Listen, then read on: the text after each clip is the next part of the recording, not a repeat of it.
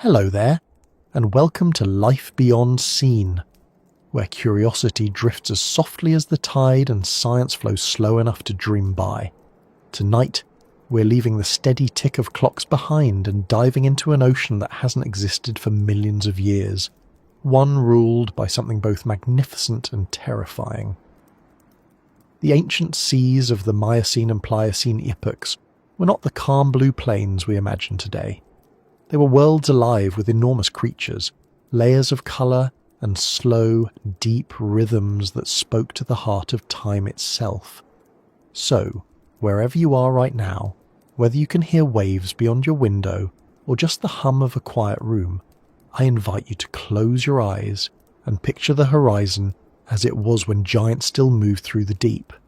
If you find this journey soothing or the science beneath it intriguing, a gentle like or a small tap on subscribe helps keep this tranquil corner of curiosity afloat for others who might need a calm voice before sleep. Now, let's drift beneath the surface, far back to an ocean thick with life and mystery, an ocean that belonged to the Megalodon. Imagine the world as it was roughly 20 million years ago.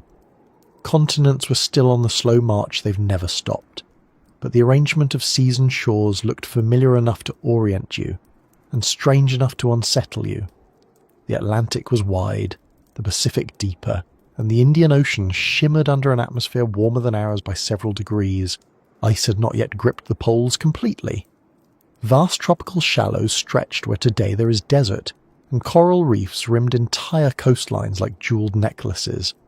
The air carried more carbon dioxide, the winds were slower, and the rain fell heavy and often. It was an earth made for water, for creatures that thrived in endless blue. Down in those seas, sunlight reached farther than you'd expect. The upper layers were thick with plankton, the invisible grass of the ocean.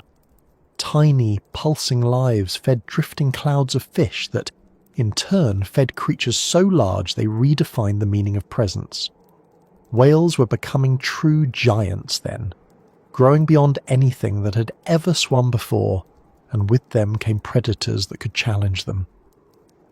The Megalodon was one of those predators, the kind of being that rewrote the balance of the sea.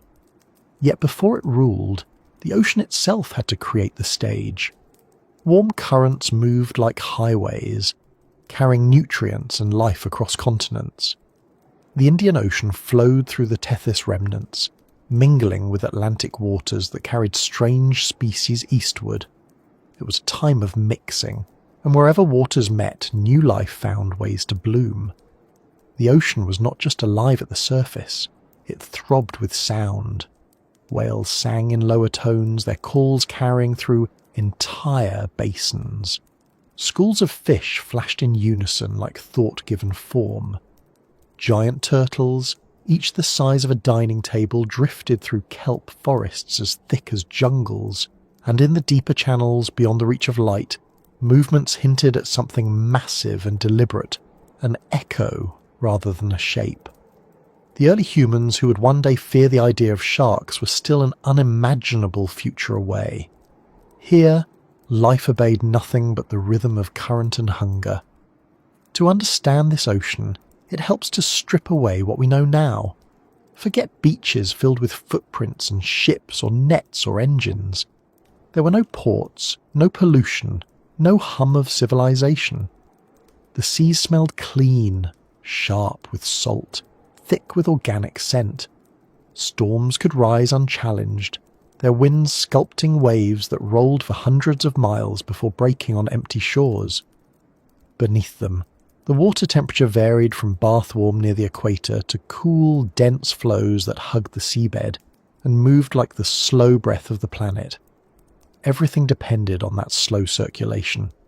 Oxygen, nutrients, temperature, and ultimately the life that would rise and fall within it. At night, the surface came alive with light. Bioluminescent plankton flickered with the same calm persistence as distant stars. To a creature like Megalodon, these glows marked the trails of smaller lives, signals of feeding and movement. In those same waters, early forms of dolphins chased squid that pulsed like firefly ribbons. Sea cows grazed in the shallows where mangroves dipped their roots into the salt, and penguin-like birds hunted in temperate zones, their wings turned to fins. The world was abundant. Every depth layer carried its own nation of life. And yet, as calm as it sounds from afar, that ocean was built on constant motion. The tectonic plates beneath it were reshaping coastlines that had stood for millions of years. When the Isthmus of Panama was still open, the Atlantic and Pacific exchanged waters freely. It created enormous swirling gyres that nourished plankton blooms large enough to alter climate. Later, when that passage began to close, global currents shifted and temperatures began to drop. But before the cooling, there was warmth, enough to let sharks grow beyond the size of buses and whales beyond buildings. The seas were not just big, they were generous. If you were to descend into that ocean, leaving the bright shallows behind, you would first notice how thick the life was. Shoals of mackerel and herring moved like clouds, dense enough to darken the light. Tuna larger than a human cut through them, followed by ancient relatives of swordfish, their long jaws gleaming with serrated edges. Further down, at the level where daylight fades into blue shadow, the temperature dropped a few degrees, and with it the mood shifted. The pressure became a weight you could almost feel in your teeth. This was the domain of slower predators, early sperm whales, giant squids, and broad-bodied sharks that navigated more by scent and vibration than by sight. Among them swam the early ancestors of the megalodon, still large, still lethal, but not yet the perfected machines they would become. Their lineage stretched back to the Carcharicles genus, a line of sharks that had been evolving toward one goal: mastery of size. Evolution, in its quiet, persistent way, shaped them through success. Each generation that fed better, swam longer, or birthed larger young had an edge. Over time, edges sharpened into inevitabilities. By the height of its reign, the megalodon would measure more than 50 feet from nose to tail and weigh as much as an entire pod of dolphins. Its teeth, triangular and serrated like steak knives, could crush bone with ease. But here, in the soft glow of prehistory, it was just another creature among many, one more participant in the grand experiment of the sea. To picture it properly, it helps to think not of the shark itself, but of what surrounded it. Imagine being suspended in open water, nothing but blue in every direction. The light falls in trembling columns, the surface above you a shifting mirror, below only depth. Somewhere in that expanse the faint tremor of movement, a pulse that travels through your chest before you even see it. That was how the smaller whales must have sensed the megalodon, through pressure and vibration, long before the shadow took form. Even at rest, its presence changed the behaviour of the ocean around it. Schools would scatter, silence would settle, and the water would seem to hold its breath. But it wasn't always hunting. Like all large predators, the megalodon's life was a balance between feeding, travelling, and resting. It patrolled coastal areas where whales migrated, waiting for calving seasons when young and slower individuals made easier prey. Fossil evidence suggests that many of its teeth are found in what were once warm, shallow nursery waters, suggesting it too gave birth close to shore. Those waters, calm and nutrient-rich, were the cradle of generations of giants. Young sharks the size of small boats would have spent their early months there, learning to move, feed, and sense the deep before venturing outward. And around them, the Miocene Ocean pulsed with all the rhythms of a living system in perfect balance. Each current carried whispers of chemistry, carbon drawn down by plankton, oxygen rising from photosynthetic blooms, trace elements drifting from volcanic islands. The ocean was a network of flows. Remove one, and everything else shifted. It was a self-regulating engine, and during this warm period, it ran efficiently. The balance between predator and prey, between warm and cold, between shallow and deep, held steady enough to support giants. For the megalodon, this meant endless opportunity. For the smaller lives, it meant an environment of constant vigilance. This soundscape would have been overwhelming to human senses. The low-frequency calls of baleen whales could travel thousands of miles. The snapping of crustaceans filled reefs with a constant crackle. Waves crashed against volcanic coasts. Thunder echoed through empty skies, and in between, the rhythmic thump of unseen tails drove pulses through the deep. Every movement sent a signature into the water, and every predator learned to read it. This was the ocean's language long before any human learned to listen. The surface, meanwhile, was a theatre of migration. Birds skimmed in arcs so low their wingtips brushed the water. Pods of dolphins churned in the wake of massive tuna runs. Even reptiles, survivors of an older world, had adapted to the sea's bounty. Sea snakes drifted in warm belts near the equator, while crocodiles ventured into saltwater deltas. And far out in the open, floating mats of sargassum created islands for crabs, eels, and the endless larvae of fish still too small to name. Everything moved. Everything was connected. To live in this ocean was to be part of a motion so vast it could never be fully seen. If you could hover above it, as satellites do now, you'd see the colour of the planet itself glowing deeper. More of the Earth's surface was covered in water then. The ice caps were smaller, the sea level higher, coastlines broader and more complex. The continents gleamed with wetlands and estuaries, and from above the sea would have seemed endless, an unbroken mirror of turquoise and cobalt, but beneath that calm surface life was a constant negotiation between hunger and survival, speed and stealth, warmth and depth. The megalodon's ocean was both paradise and peril, and its rhythms shaped the fate of everything within it. As the sun set on that world, the colours deepened. Reds and golds burned across the waves before giving way to a steel-blue twilight. The surface quieted, but below, movement continued. The great migration of plankton began. Billions of tiny lives rising from the dark to feed under the moonlight. Following them came small fish, and behind those larger predators, each feeding on the one before. The pattern was ancient, unbroken, and beautiful in its simplicity. Above it all, drifting through the half-light, the silhouette of a shark so vast it seemed part of the sea itself. And this is where we begin to understand what kind of ocean could raise a creature like that. It wasn't just about size or strength. It was about stability, about a planet that gave its waters time to nurture and its creatures room to evolve. That ancient sea was a living archive, holding the memory of climates, the chemistry of volcanoes, and the rhythm of tides that would one day shape human coasts. The megalodon's story is inseparable from that ocean story. They rose together, thrived together, and when the balance shifted, they fell together too. But for millions of years, under a warmer sun and across a wider sea, this world belonged entirely to the water, and somewhere, in that endless expanse, the slow glide of a shadow marked the beginning of an era when the ocean itself seemed alive with giants, and every wave carried the heartbeat of something immense. As we drift onward, the surface fades behind us, and the deeper story begins, not of a single creature, but of the ocean that made it possible. The ocean of the Miocene and Pliocene ages was a world that would have felt both familiar and profoundly alien.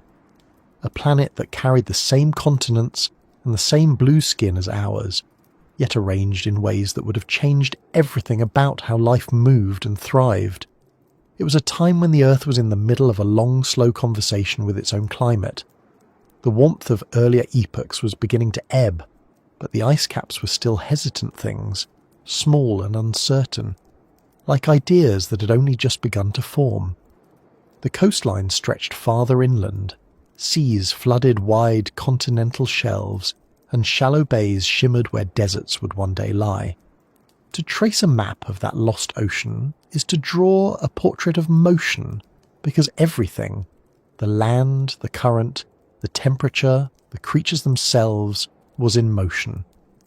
The Miocene and Pliocene oceans were restless, shifting systems where evolution and environment danced in ways that would build giants like the Megalodon and later erase them just as completely. If you could have hovered above the planet then, high enough to see the curves of continents but low enough to feel the pull of the weather, you'd have seen oceans dominating the view. Nearly 75% of the surface was water, but not the uniform blue of satellite images. It was marbled with pale streaks where currents mixed, with the green and gold of plankton blooms tracing invisible winds beneath the surface. The Pacific was already immense, a deep basin that seemed endless even to creatures that would never see its edges. The Indian Ocean connected it to the warm shallows of the Tethys remnants, where Africa, Arabia and Asia pressed toward one another. The Atlantic was young, still stretching itself wider as the mid-ocean ridge pulsed like a heartbeat beneath the crust. These were not isolated worlds. They were a single, vast network of seas connected by passages that are now long closed. The Panama Seaway was open, letting water flow freely between the Atlantic and Pacific. Warm, salty currents looped through it, carrying nutrients, larvae and heat. This open door between oceans shaped everything from global temperatures to the diets of the largest predators. It was through these pathways that the ancestors of modern whales, dolphins and sharks spread across the world. The ocean's chemistry was different, and so was its mood. Carbon dioxide levels in the atmosphere were higher than today, which meant the oceans held more dissolved carbon, making them slightly more acidic but also more fertile. Microscopic algae thrived on that richness, turning sunlight and minerals into the foundation of life. The oxygen they released filled the water and the sky, while their tiny remains drifted to the bottom, building layers of chalk and limestone that still tell their story millions of years later. In some regions, the water was so thick with plankton that it coloured entire seas green, a visible living pigment that covered thousands of miles. These were the feeding grounds for small fish, which became the feeding grounds for bigger ones, in a cycle that spiralled upward until it touched the megalodon itself. Every heartbeat of that shark was powered by the chemistry of those microscopic plants, though it would never know it. The temperatures of the sea were warmer overall. Near the equator, the surface might have reached 30 degrees Celsius, while even in higher latitudes the water stayed mild enough to invite life. Coral reefs expanded their reach north and south, building elaborate structures in places that are now far too cold for them. The Red Sea, for instance, was broader and deeper, an inland ocean lined with reefs and mangroves.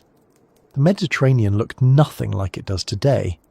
It was still connected, at times to the Atlantic, but occasionally isolated, its salinity rising until vast portions of it dried into salt flats.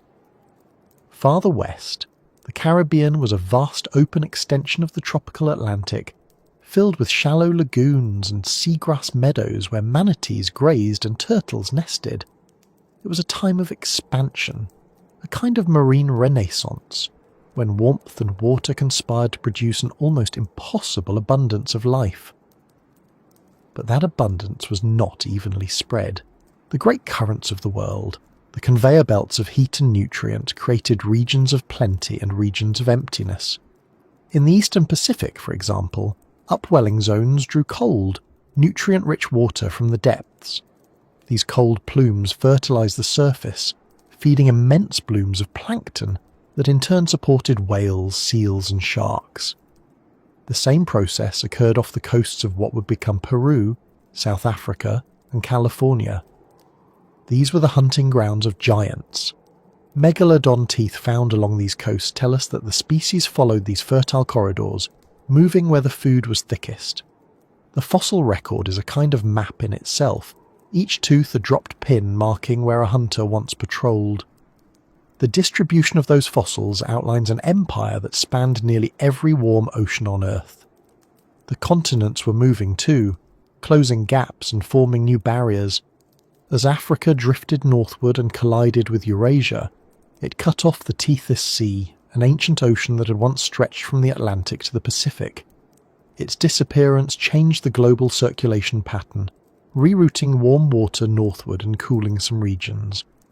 The collision also lifted mountain ranges, which altered rainfall and wind patterns, feeding new rivers that poured sediment into the seas. Each of these shifts was subtle on a human scale, but enormous on an ecological one. When currents changed direction, migration routes changed. When coastlines rose or fell, breeding grounds appeared and vanished. The ocean was rewriting its own geography in slow, deliberate strokes, and every creature within it adapted or faded away. It's strange to think of time as geography, but in the ocean, it works that way. The Miocene Ocean was not the same at its beginning as at its end. 10 million years is a long time for currents to carve new paths, for sea levels to rise and fall by tens of meters, for climates to drift from humid to cool. The ocean of 15 million years ago was a warm, open world dominated by tropical waters. By the late Pliocene, the Earth had tilted closer toward the Ice Age rhythm that would define the next several million years. Glaciers began to expand in Antarctica. Sea levels dropped. The warm corridors that had once allowed species to travel freely began to close. The megalodon, which had evolved in the Age of Openness, faced a future of barriers and cooling seas. If you trace a finger along the continental shelves of that era, you find clues to the shape of its life. Fossilized coral reefs mark the edges of ancient coastlines. Layers of sediment preserve the shells of plankton that once floated near the surface, their chemical signatures recording the temperature and chemistry of the water. Some of these records show sudden changes, brief pulses of warmth or cooling that would have rippled through the food chain. A single shift of a few degrees could move entire populations of fish hundreds of miles, could make once rich feeding grounds fall silent. And when prey moved, predators followed. The ocean was never still, never settled. The mammals of that time mirrored this restlessness. Early rorquals, the ancestors of modern blue and humpback whales, were beginning to evolve their filter feeding techniques. They roamed the high seas in herds, consuming the bounty of plankton that appeared with the upwelling seasons. Their size made them both unstoppable and vulnerable. To a megalodon, a juvenile whale was a perfect target, dense with energy and slow enough to catch. The relationship between these species shaped the very nature of marine life. The whales needed the plankton, the shark needed the whales. The plankton needed sunlight and minerals carried by currents. The currents needed wind and temperature differences created by the continent's positions. The whole web looped back on itself, everything depending on everything else. It was a balance that had taken millions of years to perfect, and that could be undone in the blink of a geological eye. Farther north, near the poles, life followed a different pattern. These were not barren regions even then. The Arctic and Antarctic circles were colder than the tropics, but still warmer than they are now. Sea ice formed seasonally but melted again in summer, allowing bursts of productivity that fed seals, penguins, and ancient relatives of polar bears. When icebergs calved and drifted into open water, they carried with them mineral-rich dust that fertilized vast stretches of ocean.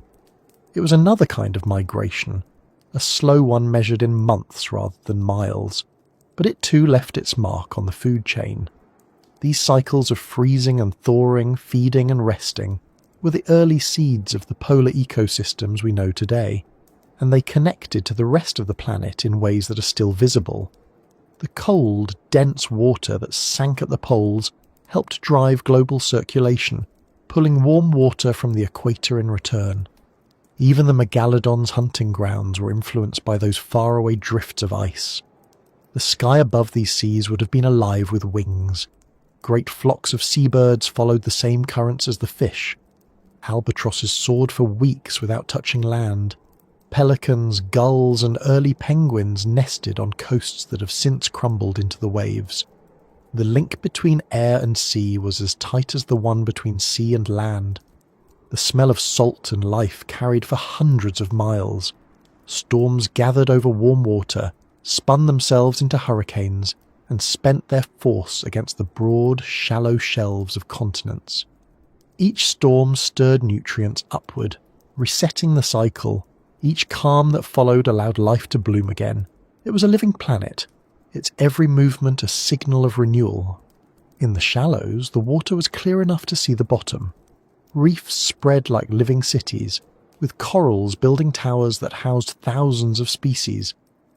Bright fish darted between sponges and sea fans. Crabs patrolled the sand, their shells gleaming like armour. Sea snakes and eels wove through the crevices, and in the distance the darker shapes of large predators cruised the edges of the reef, keeping the balance in check. Mangroves line the coasts, their roots a maze for young fish and crustaceans. These nursery habitats were critical. Many species spent their early lives there before venturing into the open sea. Among them would have been the young of the megalodon, born already large enough to avoid most threats but still small compared to what they would become. The survival of those young depended on the health of those shallow ecosystems. When later cooling and falling sea levels destroyed or altered these nurseries, it was another quiet step toward the decline of the giant shark.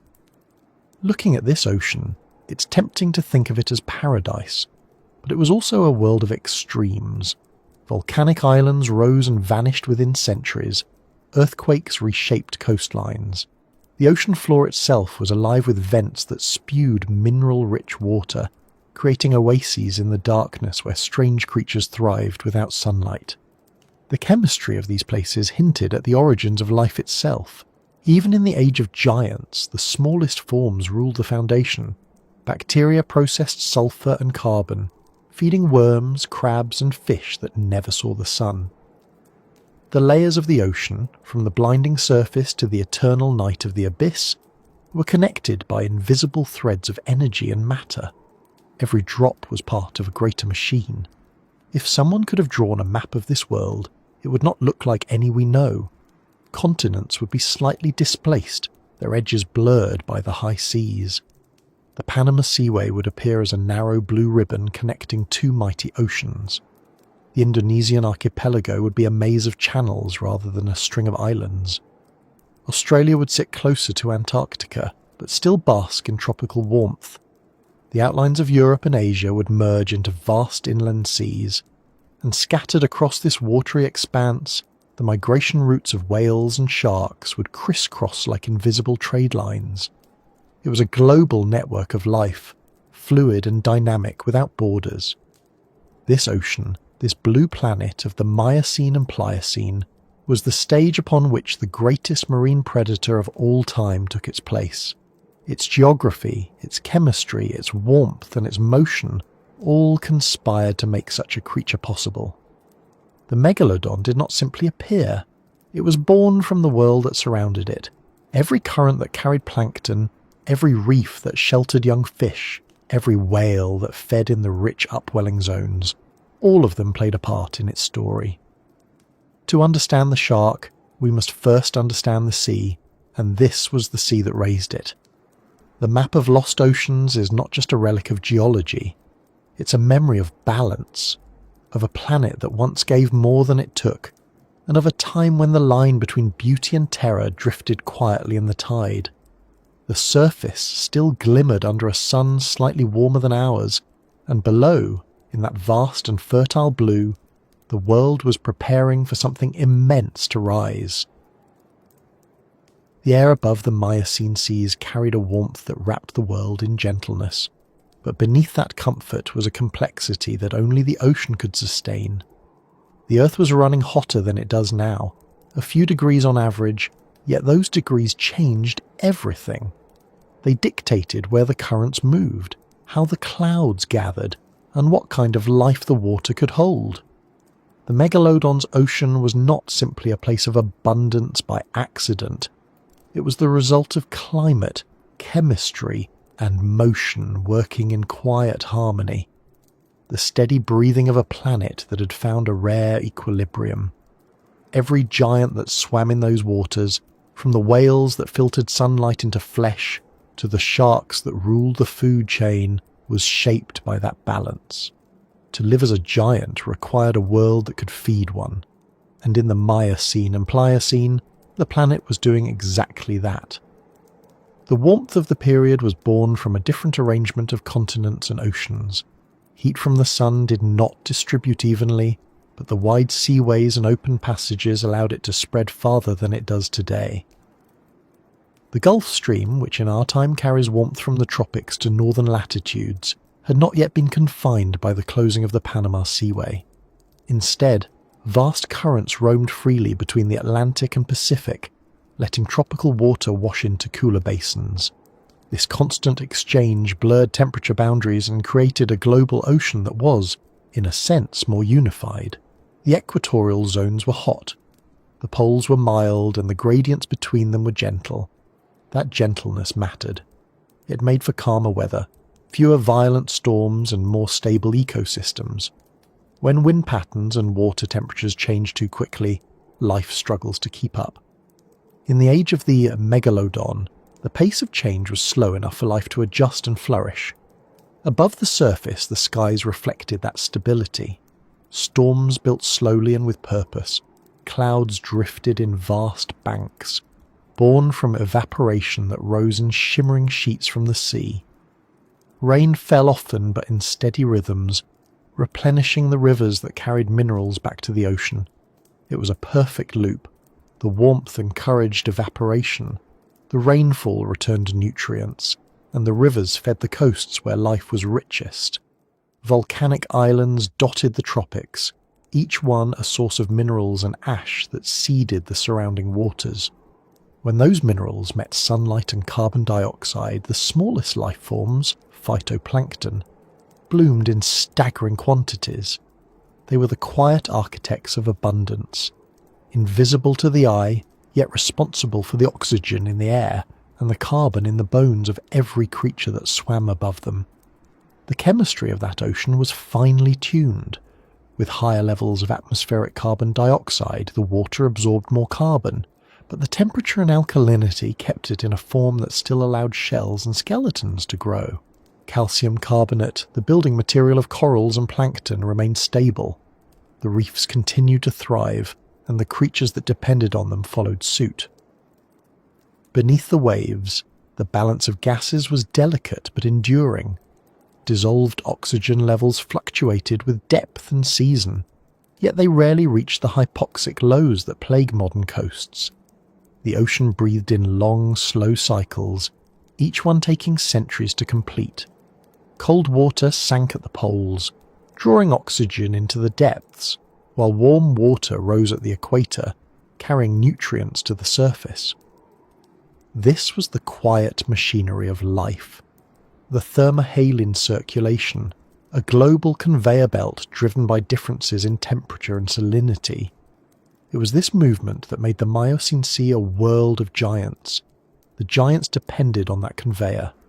Whales followed it across basins, moving from feeding to breeding grounds in patterns that mirrored the slow pulse of the currents. Sharks followed them, not by sight, but by instinct built from millions of years of inheritance. The same paths that carried warm water also carried the energy of the planet's metabolism. Iron, phosphorus, nitrogen and silica, all vital ingredients for plankton, flowed along those invisible routes. When a current met a continental shelf or an island chain, it was forced upward, and that upwelling brought nutrients from the deep. Each upwelling was like a heartbeat, creating oases of productivity where the water turned green and alive. Fish gathered there in clouds so thick they seemed to merge with the plankton themselves, and above them, predators gathered like weather fronts. This kind of abundance wasn't constant. It came in cycles. The Earth tilted slightly, wobbled on its axis, and its orbit stretched and tightened over tens of thousands of years. These subtle changes in the planet's position relative to the Sun, the Milankovitch cycles, altered the strength of seasons and the reach of currents. During warmer phases, ice at the poles melted back, raising sea levels and flooding coastal plains. New shallow seas formed, rich with sunlight and nutrients. When the cycle swung cooler, ice advanced, sea levels fell, and coastlines retreated. Life moved with those rhythms, never static but always adjusting. For a creature as vast as the megalodon, whose range spanned oceans, these fluctuations meant constant migration. Yet, for millions of years, there was always somewhere to go, always another warm sea waiting beyond the horizon. The air chemistry mirrored the oceans. Carbon dioxide levels hovered around 350 to 450 parts per million, higher than in pre-industrial modern times, though not extreme. That greenhouse blanket kept the atmosphere moist and the nights mild. Forests thrived along coastlines and grasses spread inland, turning once dense jungles into open savannas. These land changes influenced the sea because every grain of soil carried to the ocean by rivers carried with it the record of the land's life.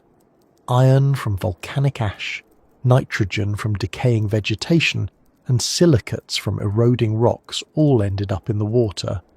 The sea was a mirror of the land, reflecting its chemistry and its changes. Where the land grew fertile, the ocean bloomed. Where the land dried, the sea grew lean. This constant feedback between air, land and water made the Miocene climate one of connected abundance. In those days, Antarctica was still a mosaic of ice and forest. The Southern Ocean circled it freely, a cold band that helped moderate global temperature. The northern polar region, by contrast, was almost temperate. Conifer forests grew along Arctic shores. The melting and freezing of polar ice influenced ocean salinity, which in turn shaped the great currents.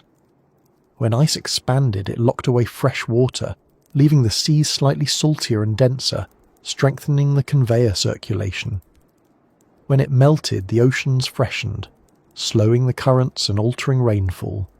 Every living thing was connected to those patterns, even creatures that never saw the poles. The megalodon, cruising through tropical shallows thousands of miles away, lived in a body of water whose temperature and chemistry were being dictated by ice it would never encounter. The entire planet was a single system breathing in and out over geological time. The weather that rolled across these seas was not violent in the way we imagine hurricanes today, but it was immense. Heat energy in the atmosphere meant that water vapor rose easily and condensed slowly. Storms could build over weeks, covering hundreds of miles. When they broke, the rain fell in thick, continuous sheets, and the runoff poured nutrients into the sea. The calm periods between these storms could last for months, allowing plankton to bloom in undisturbed layers. For the creatures that lived in the shallows, this meant cycles of feast and rest, of plenty and pause. Coral reefs grew rapidly in the warm, clear water, only to be pruned by occasional surges of sediment and wave action. They would recover, grow again, and repeat the cycle. The reefs were not fragile then. They were adaptable, accustomed to the gentle rhythm of disturbance and renewal. Deep beneath the waves, where sunlight faded into blue shadow, the chemistry of life took on a different character. Here, oxygen levels dropped, and the balance between decay and renewal decided the fate of ecosystems. The midwater layers, the twilight zones, were filled with suspended particles drifting slowly downward, the remains of plankton, tiny shells, bits of organic matter. This slow rain fed everything below. The deep-sea floor was covered in soft sediment, a continuous blanket of fine grains that recorded the passing of each season like rings in a tree. In this environment, even small changes in oxygen or temperature could shift the balance of species. But in the Miocene and Pliocene, the deep ocean remained relatively stable. It was a reservoir of cool, dark consistency that buffered the planet against sudden swings. That stability allowed large animals to roam widely, confident that wherever they went, the ocean would still sustain them. Chemically, the ocean of that time was almost a living laboratory. The ratio of oxygen isotopes in the shells of foraminifera, microscopic organisms that floated in the plankton, tells us that global temperatures were several degrees higher than now. Carbon isotopes reveal fluctuations tied to bursts of biological activity, times when carbon was drawn rapidly from the atmosphere into living tissue and then buried on the sea floor. These natural processes regulated the planet's climate long before humans existed to measure them. They were the slow dialogues of chemistry and biology, conducted through water instead of words. When the balance leaned toward more carbon in the sea, the Earth cooled slightly. When it leaned the other way, warmth returned. It was a self-correcting system, imperfect, but persistent. Every chemical reaction that took place in those waters was a quiet exchange of energy, but multiplied across the whole planet. They became weather. When plankton pulled carbon from the air, it changed the amount of sunlight trapped in the atmosphere. When whales and sharks migrated, they redistributed nutrients through their waste and their movement, stirring the layers of the sea. When storms stirred sediments, they released minerals that fed the next generation of life. There were no boundaries between biology and climate. Each was the other's reflection. The giants of that time were not separate from these processes. They were part of them. The megalodon's metabolism, its hunting patterns, even its growth rate were responses to the chemistry of the water it swam through. It lived within the breathing rhythm of the planet, and every bite it took was a product of 1,000 invisible chemical reactions happening all around it. As the Pliocene approached, subtle signs of change began to appear. Antarctica's ice grew thicker. The Panama Seaway narrowed, disrupting the exchange between the Pacific and Atlantic. Currents shifted, concentrating warm water in some regions and cooling others. The world was preparing for the long descent into glaciation, but for a time, the balance held. The megalodon still reigned, the whales still migrated, the plankton still bloomed. The ocean had not yet crossed the threshold. It was still a blue planet designed for giants, held together by chemistry so stable it seemed eternal. And yet, even in its calmest days, the system was fragile in ways no creature could sense. The difference between a warm ocean and a cooling one can be measured in only a few degrees. For an animal the size of a city bus, that meant nothing at first. The water still felt the same. The prey still swam in abundance. The world still turned with predictable rhythm. But deep beneath the surface, in the quiet chemistry of the deep currents and the balance of carbon and oxygen, the changes had already begun. They would take millions of years to unfold, but they would end with the vanishing of the greatest shark the world had ever known. For now, though, the seas were still generous, the current still patient, and the air still warm enough to cradle a planet of giants. The Miocene and Pliocene oceans were immense kitchens where evolution cooked slowly, but with remarkable precision. Every current was an artery carrying food, every coastline a pantry filled with life in its rawest abundance. To exist in those waters was to be surrounded by motion and opportunity, because the ocean of that time was as close to perfect equilibrium as a living system could get. Nutrients rose from the depths in invisible rivers. Plankton bloomed under the sun, and layer upon layer of creatures transformed that microscopic energy into muscle, bone, and instinct. The food chain was not a simple ladder, but a spiral that folded back on itself, an endless circulation of energy. Within that spiral swam the architects of fear, the first truly global predators, and at the centre of it all was the creature that would later be called Megalodon. But before that predator could exist, the ocean itself had to become a feast. Every element of the Miocene Sea was built on abundance. The foundation began with plankton, tiny cells turning sunlight into sugars and carbon into life. Their invisible bloom painted entire seas green, feeding small crustaceans and fish that swam through it in numbers so vast they appeared as clouds when seen from above. These fish, in turn, drew schools of larger ones, tuna, mackerel, and early forms of sardines. Whole species evolved to exploit these blooms, moving in great circular migrations that followed the invisible highways of nutrients rising from the deep. The result was a global rhythm of feast and scarcity that repeated with the seasons, pulsing through every level of the ecosystem. The predators learned those patterns just as surely as they learned the tides. At the higher levels of this chain, the ocean was alive with speed and teeth. The early Miocene had already seen the rise of apex hunters, great white ancestors, giant swordfish, massive marine reptiles that lingered from earlier ages. But as whales diversified, growing larger and more complex, the hunters followed suit. Size begot size. The baleen whales developed their filter-feeding systems capable of consuming tons of krill at a time. Their growth opened new ecological space, and evolution filled it with predators big enough to feed on them. That was the unwritten rule of the sea. Wherever life grew fat, something sharper appeared to eat it. The coastlines were nurseries of energy. Estuaries and mangrove swamps teemed with fish, shellfish, and smaller sharks. Warm, shallow water was the ideal breeding ground, and the gentle tides meant survival for the young of countless species. Crocodiles hunted here, their ranges extending far into salt water. Sea turtles nested on the beaches, their hatchlings spilling into the surf where seabirds wheeled and dove. The mix of salt and fresh water created gradients that fed microbial blooms, and those in turn supported everything above them. Each estuary was a miniature version of the larger ocean, an engine of recycling and birth. Farther offshore, the real powerhouses of productivity lay along the edges of continents. Upwelling zones, those regions where deep cold water surged upward, brought iron, phosphorus, and nitrogen from the depths into sunlight. These elements fueled explosions of plankton and, by extension, everything that ate them.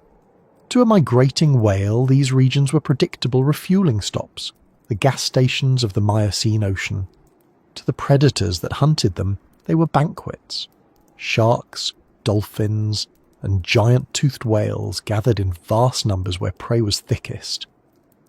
Fossil evidence suggests that many of the largest predators of the time, including the megalodon, concentrated their activity along these fertile coasts.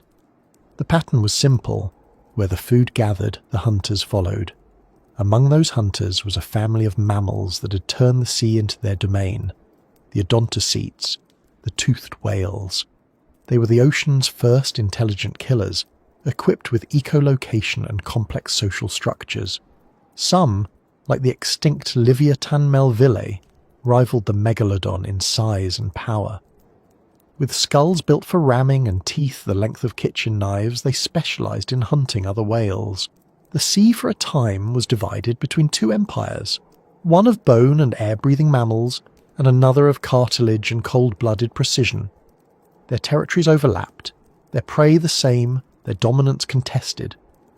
The encounters between Megalodon and those giant-toothed whales must have been monumental. Collisions of hunger and muscle on a scale almost beyond imagination. But the Megalodon did not rise overnight. It was the final product of a lineage that had been growing, generation after generation, into an apex form. Its ancestors, the Carcharicles and Otodus sharks, had spent millions of years refining their size and technique. Fossil teeth show the steady progression, each era producing slightly larger, sharper, more efficient specimens. The warm, nutrient-rich conditions of the Miocene gave them everything they needed: abundant prey, wide-open ranges, and stable temperatures that minimized energy loss. In such a world, size became an advantage without penalty. A larger body meant longer migrations, deeper dives, and the strength to take down massive prey. The physics of the ocean favored the colossal. The water supported the weight, the temperature preserved energy, and the food supply justified the effort. Evolution simply followed the logic written in the sea. Below the surface, the interactions between predator and prey formed a constant, invisible drama. Early dolphins swam in pods, their coordinated movements confusing smaller sharks. Baleen whales travelled in groups, protecting their young in the centre. Schools of fish moved in synchronized pulses, scattering and reforming like liquid metal at the first sign of danger. Every creature in that ocean carried strategies shaped by survival. Some relied on camouflage, blending into the dim light with mirrored scales.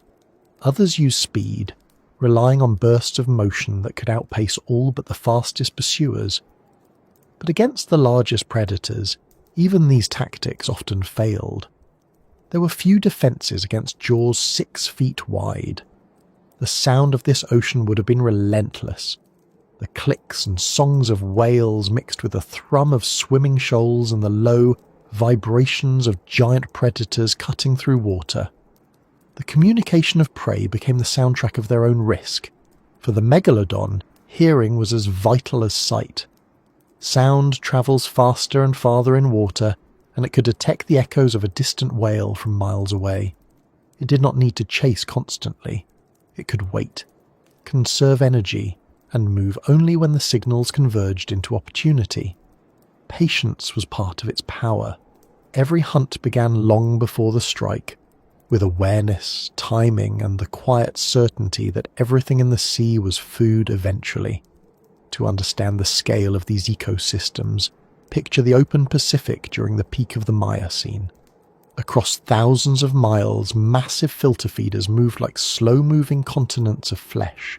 Some were the size of modern whales, others smaller but in greater numbers. Around them, schools of fish followed the shadows for protection. Beneath them, sharks patrolled the dim half-light, tracing the movements of the herds above. When a whale weakened or a calf strayed, the sea erupted. A feeding frenzy in those waters would have been chaos. Water churning with motion, foam tinted red, dozens of predators converging in moments.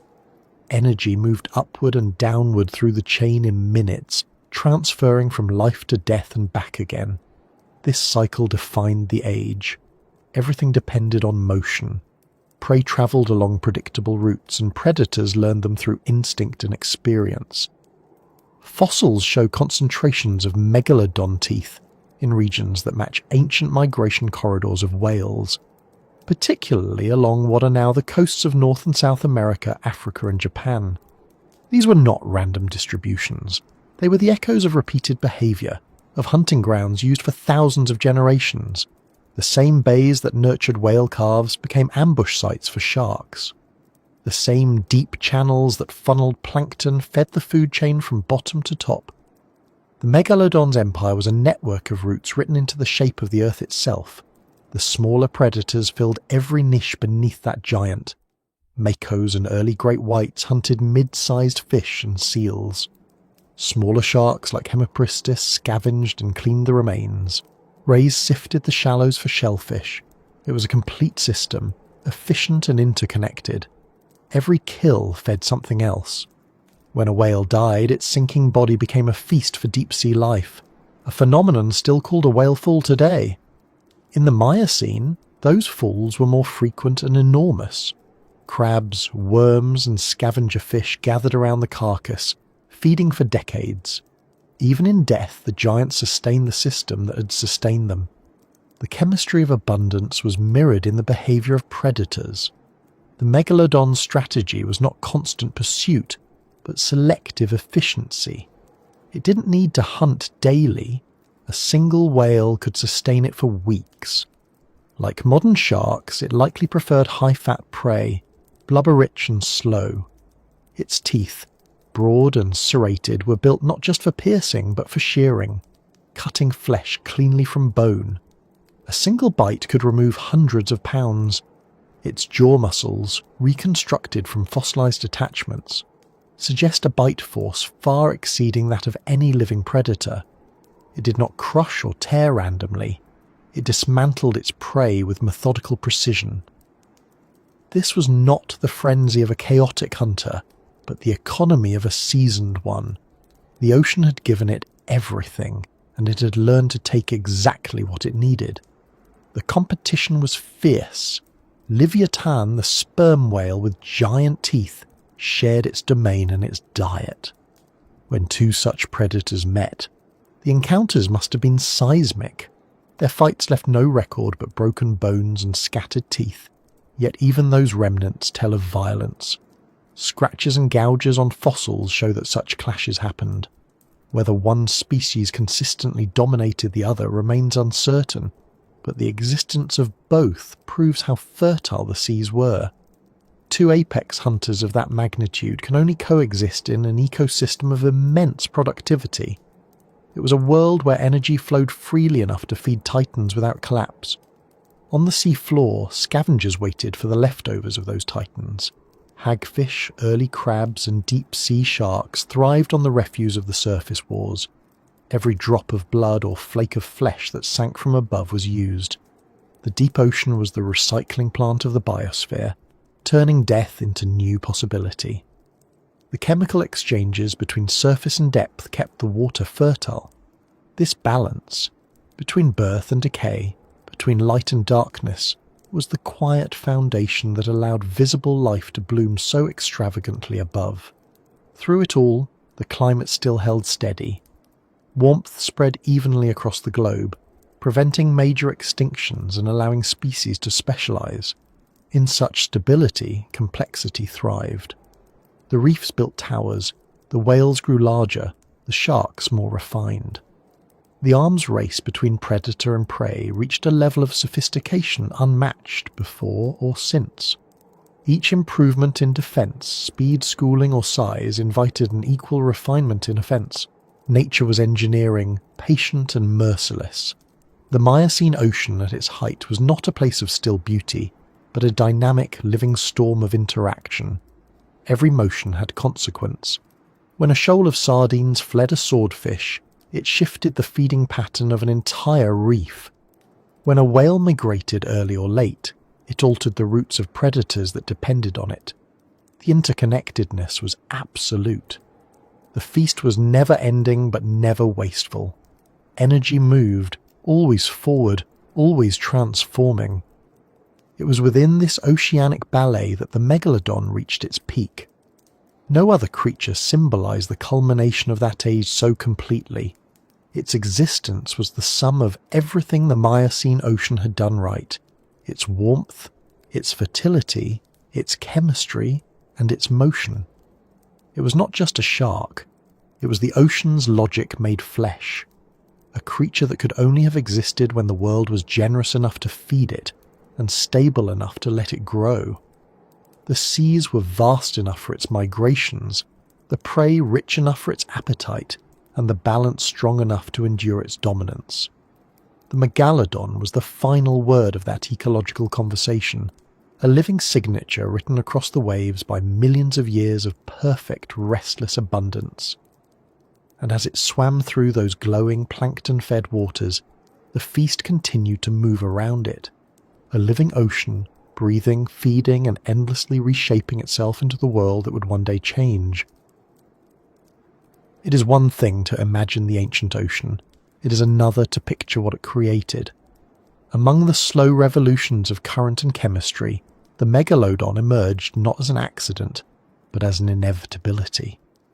The planet had built the perfect conditions for scale, and evolution had answered with precision. To meet this creature, even in imagination, is to encounter the result of every rule that governs life in water: how energy moves, how pressure shapes flesh, how hunger defines motion. The megalodon was not just a shark. It was the architecture of predation rendered in muscle and cartilage. It was as if the ocean itself had decided to take form, to test the limits of what its warmth and abundance could sustain. The sheer physical presence of the megalodon is almost beyond translation into modern experience. Estimates based on fossilized teeth and vertebrae suggest an average adult length of 15 to 18 meters, with some individuals possibly exceeding 20. That is the size of a modern city bus, longer than a telephone pole, heavier than a Boeing 737. Its mass may have reached 60 tons, a weight so great that gravity would have crushed it on land. Only the buoyant support of seawater could make such a body possible. Every movement of that bulk displaced tons of water, sending pressure waves ahead of it that smaller animals could sense long before the shadow appeared. To live in its proximity was to live inside the gravitational pull of its presence. Its shape was simple because simplicity works. The conical snout, the broad torpedo body, the tall sweeping tail, all of it built for efficiency. Unlike many prehistoric fish that carried ornamental fins or elongated spines, The megalodon's form was stripped of excess. Evolution had honed it to the essentials of pursuit: power, endurance, and control. Its pectoral fins were proportionally larger than those of modern sharks, stabilizing its immense body in turns. The dorsal fin, rising like a tower above its back, may have reached 2 meters high, cutting through the water like the sail of a ship. The skin was armored in dermal denticles, tiny tooth-like scales that reduced drag and created microturbulence, allowing the shark to move silently despite its size. The smoother the skin, the quieter the hunt, and quiet was everything. Its teeth remain the most iconic evidence of its existence, and with good reason. Each one was a perfect instrument, triangular, serrated, and symmetrical. Some measured more than 17 centimeters from base to tip, the size of a human hand. They were designed not merely to pierce, but to shear. The serrations acted like saw blades, slicing through blubber, bone, and muscle in a single stroke. The jaws that held them formed a semicircle wide enough to swallow a small car. The bite force is estimated to have exceeded 10 tons, a pressure so immense it could crush the skull of a modern whale. Yet there was precision in that power. The megalodon's jaws were not clumsy machines. They were articulated systems capable of fine control. The muscles attached to them were arranged for both explosive force and sustained clamping. When it bit, it could hold and shake, tearing massive chunks free while minimizing its own energy expenditure. Unlike land predators, which depend on speed over short bursts, marine hunters rely on strategy. The megalodon could not afford to waste effort. Its metabolism, though slower than a mammal's, demanded immense caloric intake. A large whale could provide weeks of nourishment, but every hunt carried risk. The ocean is wide, and prey is mobile. The shark's advantage lay in patience and sensory awareness. Like all sharks, it possessed electroreception, an ability to detect the faint electrical signals of living muscle through specialized organs called ampullae of Lorenzini. In the megalodon, these organs would have been extensive, allowing it to sense heartbeats even in murky water. It could feel the pulse of a swimming whale from hundreds of meters away. Its sense of smell was equally refined. Molecules of blood diluted to 1 part per 10 million could trigger a reaction, and the currents themselves carried the signals. To visualize how it moved is to imagine a paradox, immense yet graceful. Each stroke of its tail generated thrust through a motion called lift-based propulsion, where the tail's shape acted like an airplane wing. The water displaced downward lifted the shark forward, its speed sustained by the balance between buoyancy and gravity. At cruising pace, it likely travelled at 3 to 5 meters per second, but in attack, it could accelerate to nearly double that. Momentum was its weapon. The mass alone ensured that when it struck, the impact carried destructive force even before the teeth met flesh. A ramming blow to a whale's flank could stun or fracture bone. Once its prey was disabled, the shark circled, returning with surgical precision. Internally, its design was a study in optimization. Its skeleton, made entirely of cartilage rather than bone, was lighter and more flexible, allowing for sudden directional changes despite its size. Cartilage also repaired faster, an advantage in an environment filled with hazards. The liver, enormous and oil-rich, provided buoyancy and stored energy between meals. It also functioned as a chemical filter, helping regulate temperature. Sharks are not warm-blooded in the mammalian sense, but some species, including modern great whites, maintain partial endothermy, raising body temperature slightly above that of the surrounding water. This adaptation allows greater muscle efficiency and faster digestion. The megalodon likely shared this trait, making it a warm water hunter capable of brief excursions into cooler regions when chasing migratory prey. The brain was small relative to its body, but the neural networks devoted to sensory input were vast. It did not think in concepts but in patterns, vibrations, scents, flashes of movement. Its intelligence was the intelligence of immediacy, honed by instinct rather than abstraction. Yet those instincts were extraordinarily refined. To navigate across oceans required spatial awareness beyond what most animals possess. It would have memorized temperature gradients, magnetic cues, and seasonal rhythms. Its migrations were likely predictable, but long, possibly spanning entire hemispheres. Some fossil evidence suggests that populations of Megalodon existed in every major ocean, except the coldest polar seas. It was not bound by region, only by opportunity. The life of a giant predator is not constant violence. For most of its existence, the Megalodon was a traveller. It would have spent days, even weeks, gliding through open water, conserving energy. It was solitary, except perhaps during mating or in rare congregations at feeding grounds. Its young were born live, as with most sharks, emerging already larger than most adult fish. Estimates suggest newborns reached lengths of 2 to 4 metres, longer than a human. These juveniles likely stayed near coastal nurseries, feeding on smaller prey until they could venture into the open sea. Fossilized teeth from juveniles are found in shallow marine sediments that were once warm lagoons. Those regions were the cradle of the species, where generations of giants began their quiet ascent into dominance. As it matured, the shark's role in the ecosystem became absolute. It regulated populations of whales and large fish, keeping the food chain balanced. Without such predators, smaller species could overpopulate, leading to collapses further down the chain. The Megalodon was the governor of abundance. Its presence ensured equilibrium, though unknowingly. Evolution does not plan. It simply balances through consequence. The shark was both destroyer and stabilizer, and the ocean beneath it functioned better for having such a creature in it. Its hunting technique was efficient to the point of elegance. Modern great whites attack from below, aiming for surprise, and the Megalodon likely used the same approach on a scale magnified 100-fold. Fossilized whale bones from the era show circular gouges matching the diameter of its jaws, concentrated around the chest and tail regions, locations where the shark could disable with a single bite. Once bitten, a whale would bleed rapidly, its movement slowing. The predator then waited, circling, conserving energy while its prey weakened. There was no need for prolonged struggle. The sea did the work. Buoyancy turned victims on their sides. The blood diffused into the water, and the current carried the scent outward.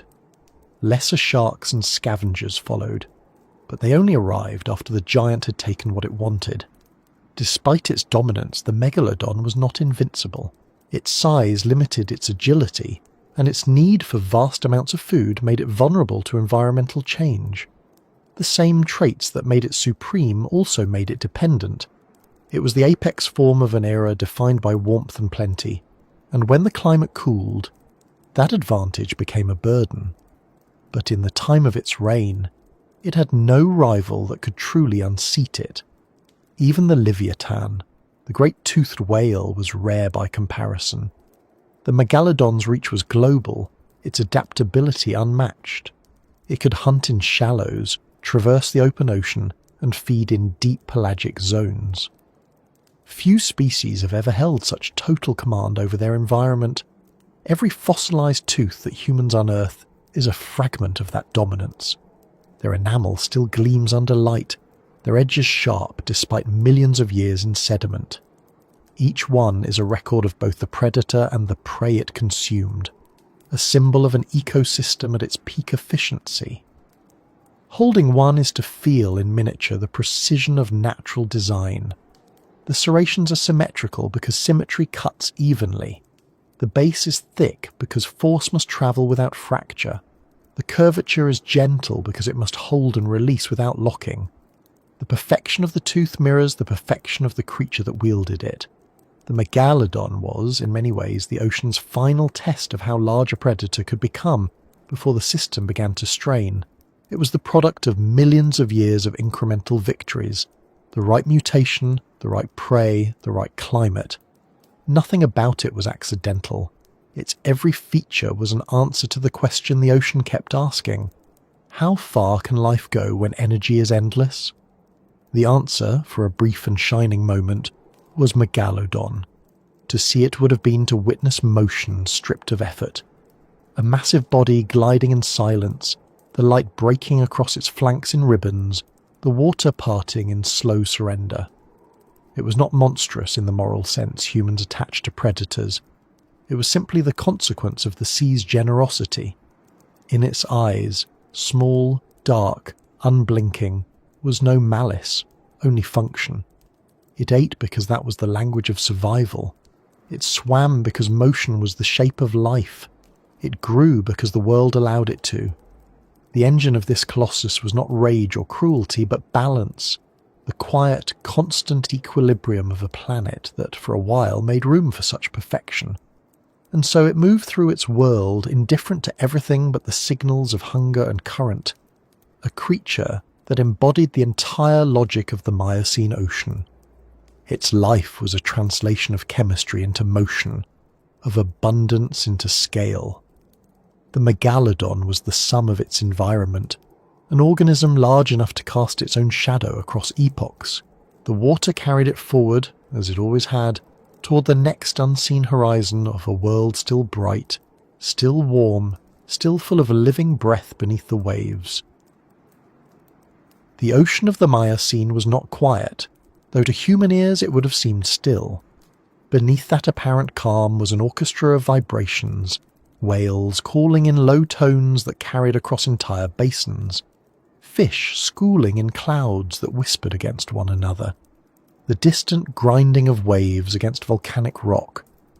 Yet amid all that sound, there was another kind of silence, the silence of a predator so perfectly adapted that its approach erased every trace of itself. The Megalodon did not need chaos to hunt. It relied on the ocean's own rhythms, folding itself into them until it became indistinguishable from the water that carried it.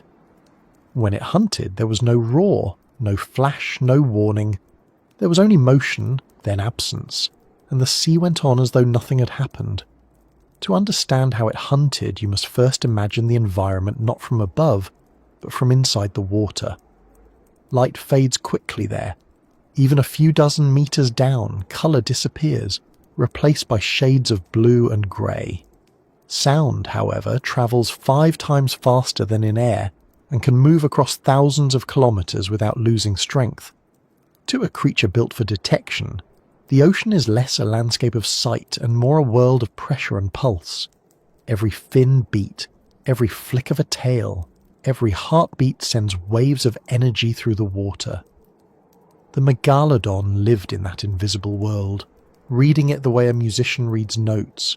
It could sense the difference between a whale gliding, a fish darting, and a struggling calf calling to its mother.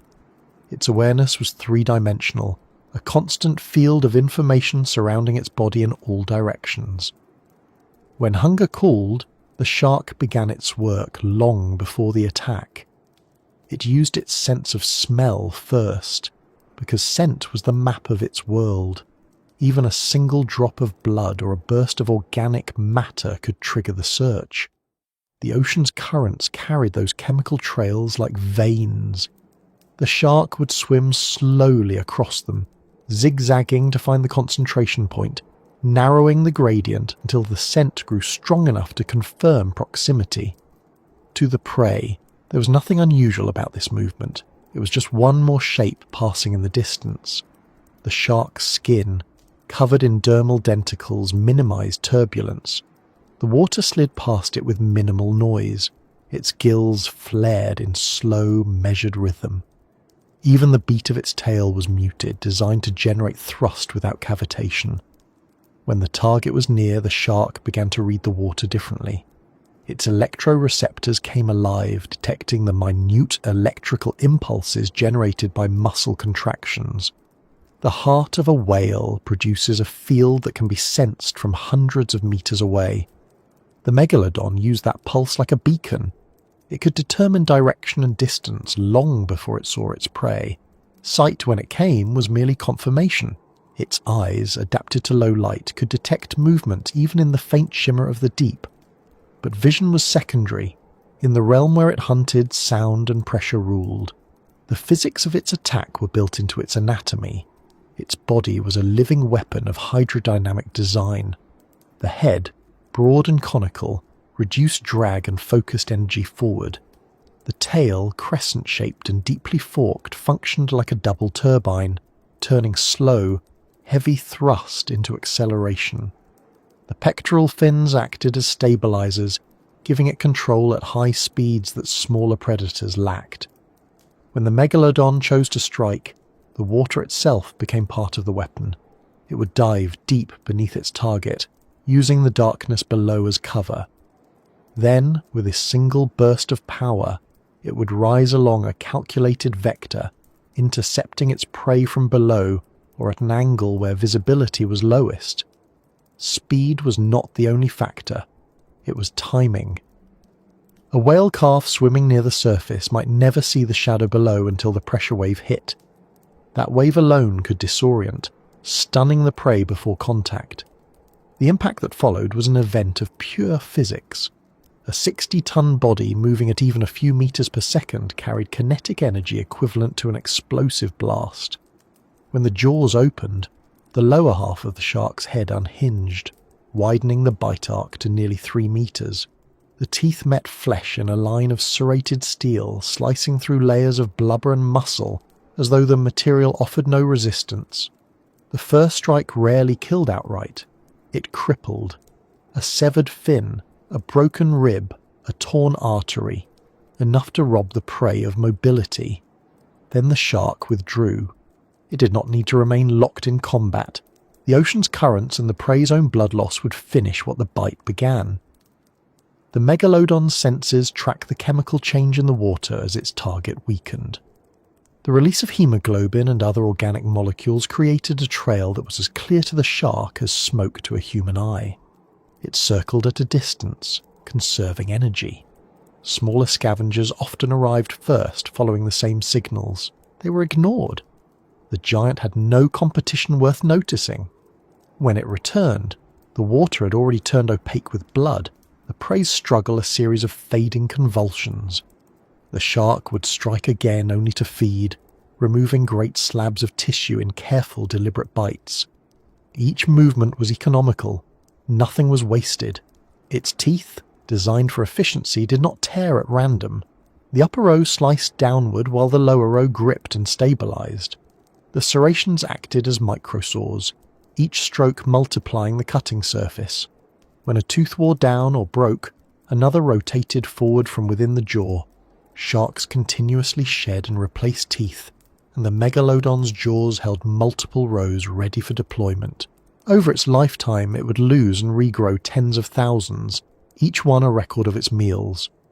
Fossils show these teeth scattered across ancient seabeds, often near sites rich in whale remains, a trail of evidence marking where predator and prey once met. The actual bite mechanics were remarkable in both scale and precision. The muscle fibers responsible for closing the jaws were arranged in bundles along the skull, connecting to a joint system that distributed pressure evenly across the bite line. Unlike reptiles or mammals, sharks lack true jawbones. Their jaws are extensions of the skull, capable of independent motion. In the Megalodon, this structure acted like a hydraulic press. As the mouth closed, the muscles compressed cartilage plates that stored and released force in milliseconds. The result was a bite that combined crushing pressure with slicing speed. Modern biomechanical models estimate that the Megalodon could exert over 180,000 newtons of force, enough to bite through a car chassis. But the power of its bite was only half the equation. The other half was how it used that power. The shark targeted the points of structural weakness in its prey. Whale skeletons from the period show damage concentrated around the thoracic region, where the ribs meet the spine, and the caudal peduncle, the base of the tail. These were deliberate strikes. A single bite to the thorax could collapse lungs and puncture the heart. A bite to the tail could immobilize, leaving the whale helpless in open water. Once its prey was disabled, the Megalodon could feed at its leisure. It was a strategy of control, not chaos. The shark didn't chase blindly. It calculated. Such precision required sensory awareness beyond the immediate. The megalodon likely tracked prey migrations across thousands of kilometers, using temperature gradients and geomagnetic cues to navigate. It may have returned to specific feeding grounds annually, following the same cyclical abundance of whale calves or fish blooms. The shark's hunting calendar was written not in memory but in instinct, coded into its DNA by generations of successful hunters. It did not need to learn the ocean's geography. It was born knowing it, the same way birds are born with the map of their migrations embedded within them. The ocean's temperature shaped its behaviour further. Warm water allowed for greater metabolic efficiency, which meant longer bursts of speed. Cooler water slowed the heart, conserving oxygen during long glides. The megalodon used this to its advantage, diving into deeper, colder layers to stalk and then rising into the warmth for attack. It exploited the thermal structure of the sea the way a pilot uses air currents. Even the physics of light worked in its favour. Approaching from below or from behind, the sun blinded prey temporarily, ensuring the first strike remained unseen. Its dominance was not simply physical but ecological. The presence of a megalodon in a region altered the behaviour of every creature around it. Schools of fish scattered at the faintest vibration. Smaller sharks avoided open water when the giants were near. Even whales may have developed early defensive formations in response to the constant threat. The patterns of life and death across entire coastlines were influenced by its roots. To the ocean's ecosystem, it was less an individual and more a moving boundary, a limit to be respected by all other life. When it fed, the aftermath became an event in itself. The leftover carcasses attracted scavengers from miles around. Crabs, smaller sharks and fish stripped the remains, recycling nutrients back into the system. This feeding cascade sustained countless species. The megalodon's kill was never just a meal. It was an ecological redistribution of energy. Its existence ensured the health of everything below it in the food web. The balance of the Miocene ocean depended on its appetite. There is a strange serenity in the thought of such violence conducted without malice. The hunt for the megalodon was not a spectacle of fury but a ritual of precision. It moved when the water told it to move, struck when the signals aligned and withdrew when its work was done. The silence that followed each kill was not peace, it was equilibrium restored. Life continued, unaware of the calculation that had just unfolded within its midst. And yet, for all its power, the megalodon's life was a constant negotiation between energy gained and energy spent. Its mass required constant sustenance, and every failure to secure a meal carried consequence. A single missed migration season could mean starvation. Even perfection had limits. The ocean, generous though it was, remained an unpredictable partner. The currents shifted, prey moved, storms disrupted patterns. The megalodon adapted, always moving, always reading the signs. That was its genius. Not intelligence in the human sense, but responsiveness. It existed in harmony with physics itself, obeying the simple laws that govern motion, density, and hunger. The silence of its approach, the precision of its strike, the unimaginable force of its bite. These were not just traits of a predator, but expressions of the ocean's own design. The megalodon was the embodiment of what happens when the conditions of the world align so perfectly that efficiency becomes beauty. It hunted without drama, killed without hatred, and lived without waste. Every motion was justified, every kill necessary, every silence earned. The sea that built it was still warm then, still wide, still able to sustain giants. In those depths, time moved slowly, and the patterns of life seemed eternal. But even perfection carries the seed of its end, and the very forces that made the megalodon unstoppable were already beginning to change beneath the waves. The megalodon's ocean was too large and too rich to belong to a single ruler.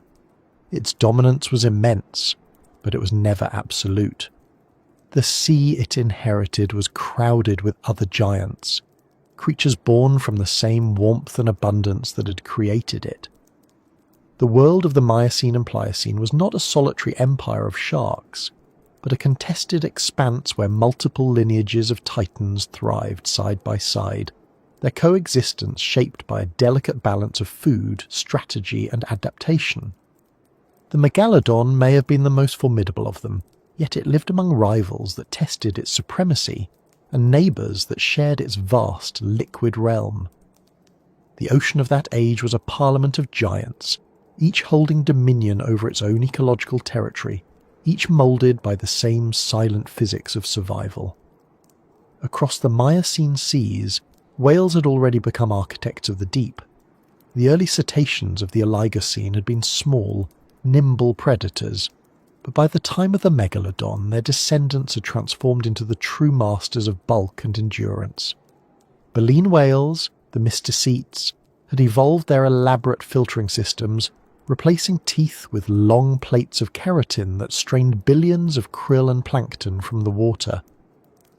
They were the first herbivores of the oceanic world in a biological sense, animals that turned sunlight captured by microscopic plants into flesh on an enormous scale. Their growth changed the dynamics of the entire ecosystem. As they multiplied and increased in size, they became both stabilizers of the sea's productivity and the greatest source of energy any predator could ever desire. To the Megalodon, they were moving continents of food. A single adult baleen whale represented a feast so vast it could sustain even a giant shark for weeks. Fossil sites reveal the evidence. Teeth of Megalodon found alongside rib fragments and vertebrae of early Rorqual whales. The pattern of gouges tells a consistent story. Precision strikes near the chest and tail. The same strategy repeated across oceans. The predator had learned the weaknesses of its prey, and the prey had learned to live with the constant presence of a shadow it could never truly escape. Some whale species began giving birth in shallower coastal waters, where the massive shark's mobility was limited. Others formed loose groups, using numbers as deterrents. The relationship between the Megalodon and its whale prey was not just predation, it was co-evolution, a continuous shaping of body and behaviour on both sides of the equation. But whales were not only victims in this world. Some fought back and a few did so with equal ferocity. The Miocene and Pliocene seas hosted a predator that could meet the Megalodon in size and strength, Livyatan melville. This creature, named for its massive teeth, and the literary leviathan that inspired its title, was a sperm whale built for war.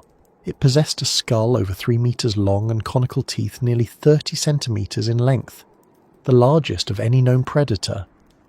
Unlike modern sperm whales, which feed primarily on squid, Livyatan hunted other large marine animals, including whales and likely sharks.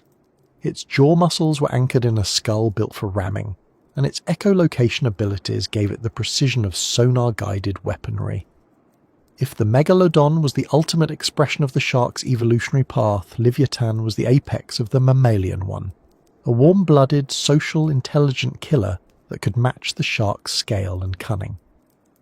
Encounters between these two giants must have been rare, but when they occurred, they would have been cataclysmic.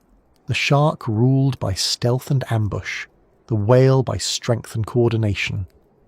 Livyatan could dive deeper and operate in colder water, giving it access to prey the shark could not easily reach. Yet in open tropical seas, the balance likely tipped toward the Megalodon. Its range was wider, its endurance greater in the heat, and its energy expenditure lower. The fossil record leaves no definitive evidence of direct conflict, but bite marks on whale bones and the overlapping distribution of their remains suggest a period of competition. They occupied the same food pyramid, each feeding on the same energy source, whales smaller than themselves. Evolution rarely allows two top predators to dominate the same niche indefinitely. Sooner or later, one yields. Whether Livyatan declined first due to climate change or competition remains uncertain, but by the late Pliocene it had disappeared. For a brief epoch, however, the two shared the same sea, each testing the limits of predatory design. Beyond Livyatan, other whales played more subtle roles in this theatre of giants. early ancestors of modern orcas, small social odontocetes, began experimenting with cooperative hunting. They learned to surround schools of fish or corner smaller whales, dividing labour within the pod. This social intelligence, though still in primitive form, marked a turning point in marine evolution. Intelligence had begun to compete with size. While the megalodon relied on solitary power, these proto-orcas relied on strategy and communication. Over millions of years, such cooperation would prove more adaptable to a changing world than even the most perfected physical form. The megalodon's neighbours extended far beyond whales. Giant sea turtles, some exceeding 3 meters in length, drifted across tropical currents. They were not prey for a shark of its size, too small to justify the effort, but they shared its highways and nurseries. Dugongs and sea cows grazed in the shallows, descendants of land mammals that had taken to the sea. Seals and walrus-like pinnipeds began populating the temperate coasts, their bodies evolving thicker layers of fat to withstand cooler waters. These creatures introduced new dynamics to the food web, serving as both competition and collateral. The megalodon's diet was broad. It would have consumed anything large enough to offer substantial reward. Yet the ocean's productivity meant it rarely needed to waste energy on smaller fare. Reptilian holdovers from earlier ages still lingered as well. Crocodiles extended their ranges into coastal marine environments, particularly along the warmer shores of Africa and South America. One, Purosaurus, grew to lengths exceeding 12 meters, though it remained bound to estuaries and river deltas. These animals were no threat to the megalodon, but their presence emphasized how fertile the world remained, an age when gigantism was not exception but norm. Everything that the Earth's warmth touched seemed to grow large. The great filter feeders of the open sea, the whales and their kin, shaped the behaviour of every predator around them. The megalodon's migrations mirrored theirs, a dance repeated over eons. When whale populations moved south for breeding, the sharks followed. When they returned north to feed, the predators were already waiting. Fossil concentrations along ancient continental shelves reveal a recurring pattern of nursery grounds, for both species overlapping geographically. It was not coincidence. It was the geometry of ecology, drawn by instinct rather than intent. The leviathans were not the megalodon's only competitors. The oceans of that era were also home to large macroraptorial dolphins such as Zygophyzeta and Acrophyseta, smaller relatives of Leviathan that hunted cooperatively or in pairs.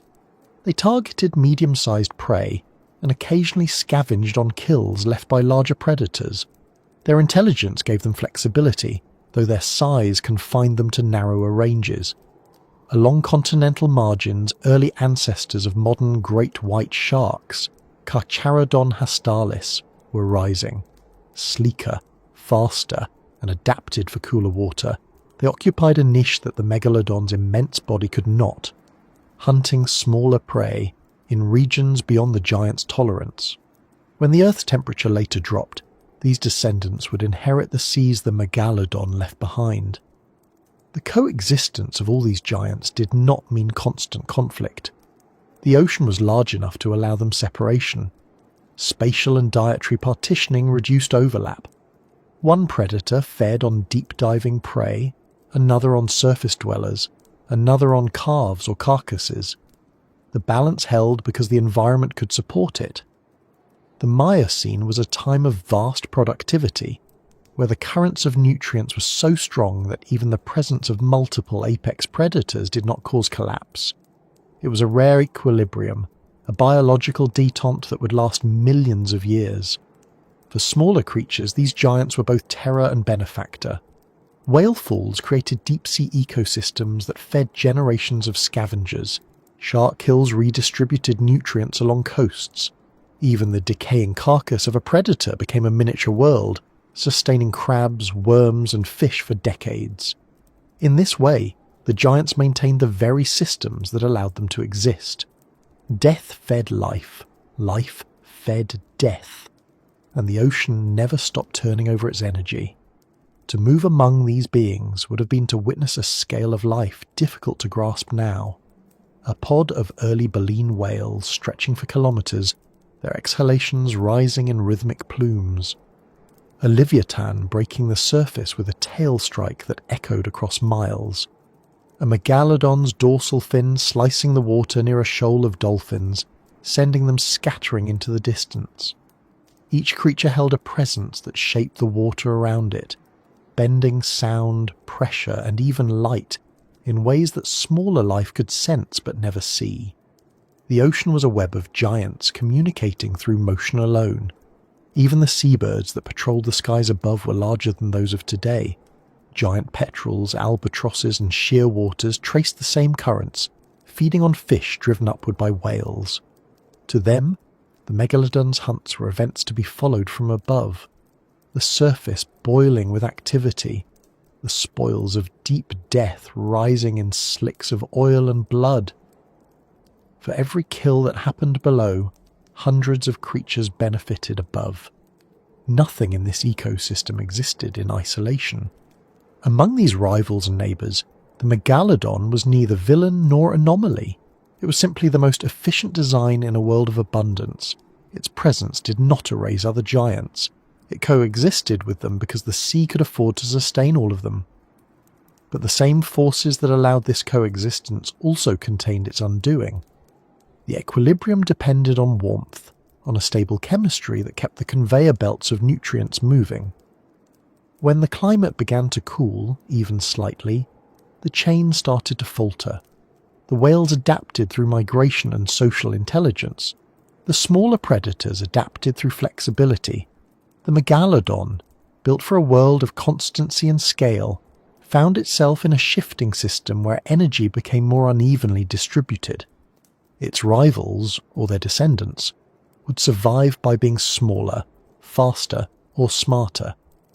The age of giants was beginning to wane, yet for that long span of millions of years, the ocean was home to a congregation of titans unmatched before or since.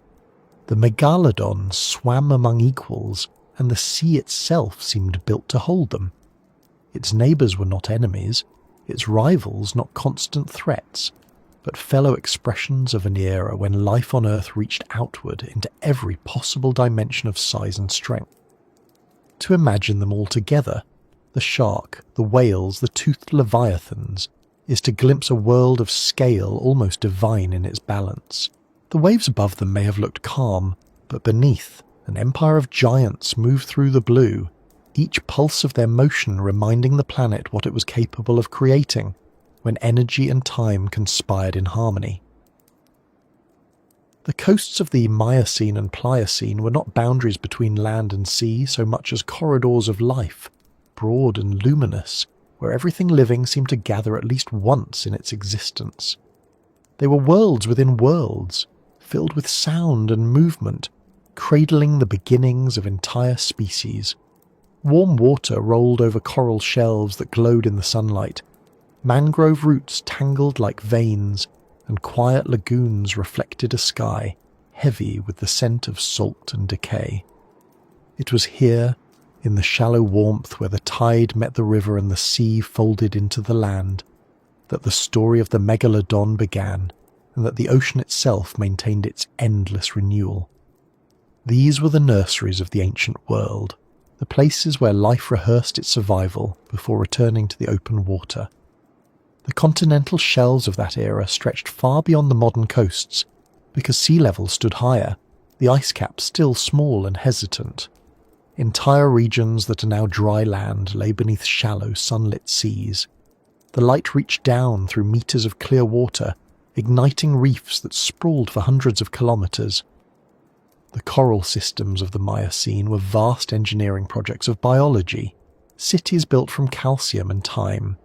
Each coral polyp, no larger than a pinhead, extracted minerals from the water to form exoskeletons that would outlast the creatures themselves.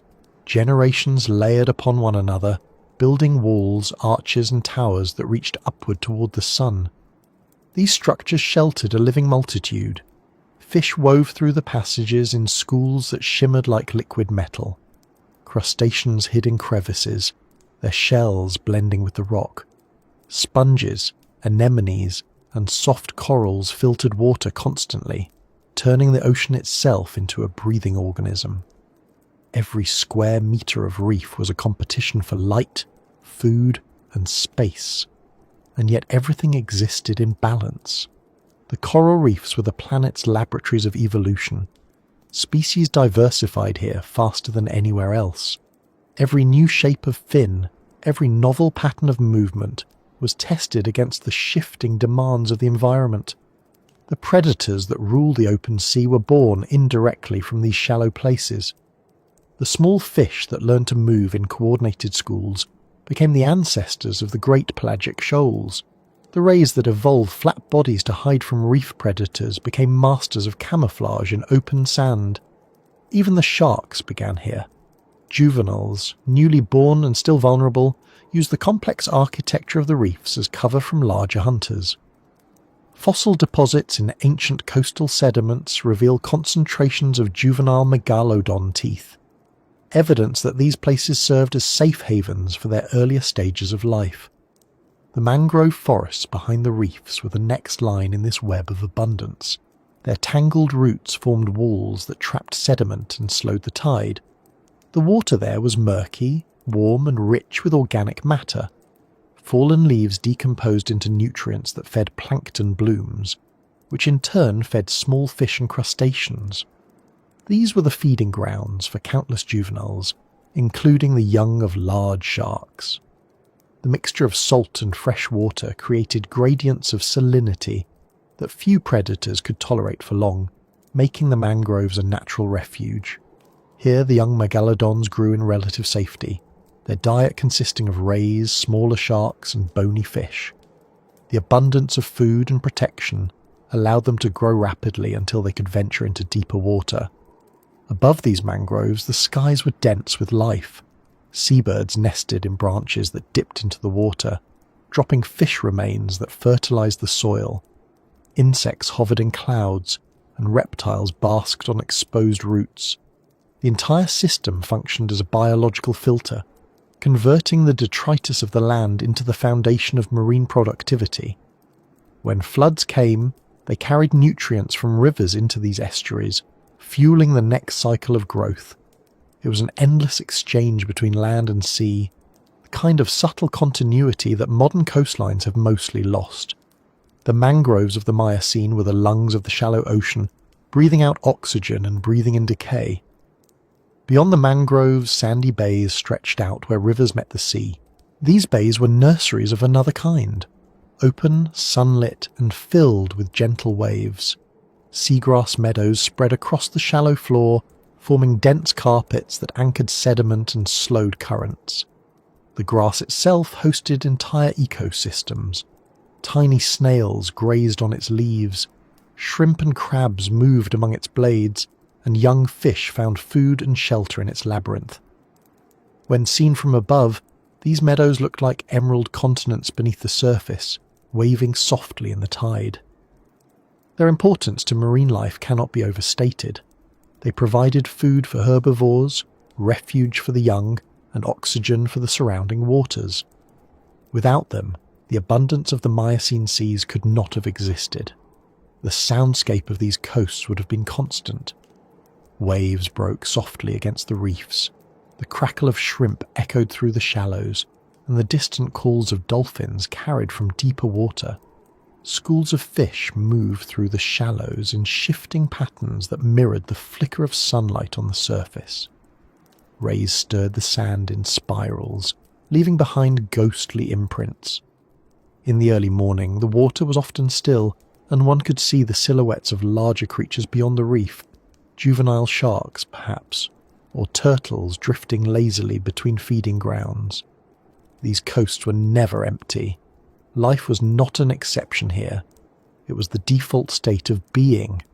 The productivity of the reefs and mangroves influenced everything that lived beyond them. Nutrients from decaying coral, seagrass and detritus flowed outward, carried by tides into the open ocean.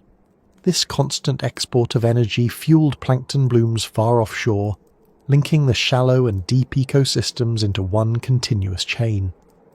The megalodon's world depended on that connection. Without the abundance of the coasts, the pelagic food webs could not sustain their higher tiers. Each giant predator, each whale, each swarm of krill owed its existence to the quiet, unnoticed work of coral and mangrove. Among the predators that haunted the shallows were smaller sharks, relatives of the megalodon that fed on the juveniles of other species. Species like Carcharhinus and Hemipristis ruled these regions, patrolling the edges of reefs where open water began. Their presence kept populations in check, preventing overgrazing of the seagrass and overpopulation of small fish. Even here, in what seemed like peace, balance was enforced by teeth. The megalodon's young grew among these hunters, learning by instinct to move silently, to detect vibrations in the water, and to avoid silhouettes overhead.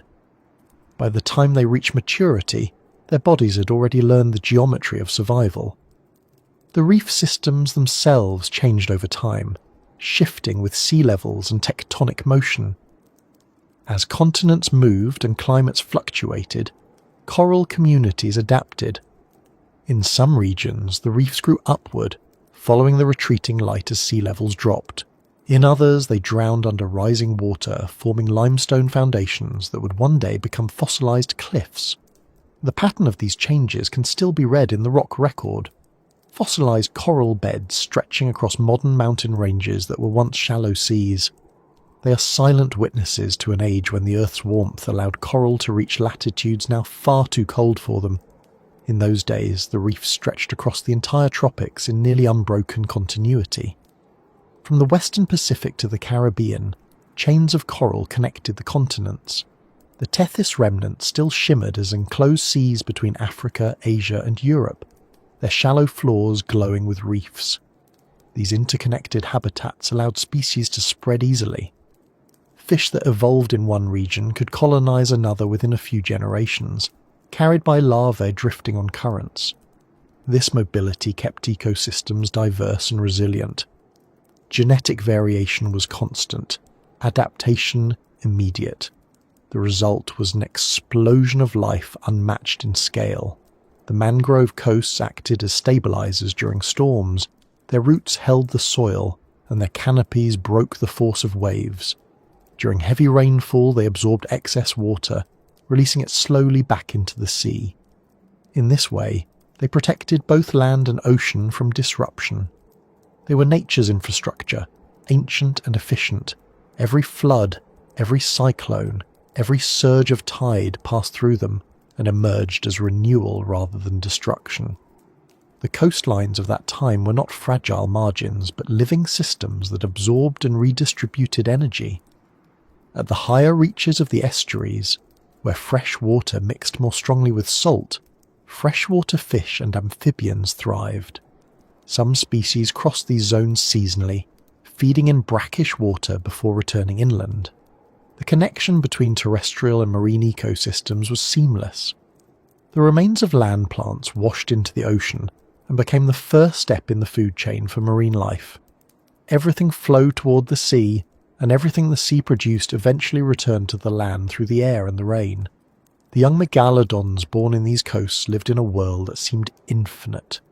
They grew among the coral towers, learning to move through confined spaces with the precision that would one day make them masters of open water.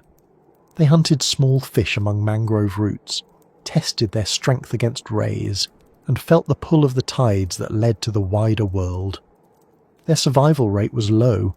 Most fell to other predators before reaching full size, but those that did survive carried the lessons of the coast into the deep. Every megalodon that later cruised through the vast ocean had once been a small, cautious hunter hare, shaped by the geometry of reef and root. As the epochs progressed, these coastal ecosystems evolved into even more complex systems. New coral species appeared, better adapted to temperature fluctuations. The mangroves expanded farther inland, colonizing new delta systems, but slowly the rhythm began to shift. Subtle, cooling trends altered the chemistry of the water. Some coral species began to bleach and die in shallower regions, while others migrated toward the equator. The balance of salinity and temperature that had once been perfect started to waver. Yet for millions of years these coasts endured. Their productivity continued to feed the ocean's giants, long after the first signs of climatic decline had begun. If the open sea was the domain of power, the coasts were the domain of continuity. Every generation of life began here, in the quiet shallows. The reefs were the architects of form, the mangroves the engineers of stability, and the bays the caretakers of growth.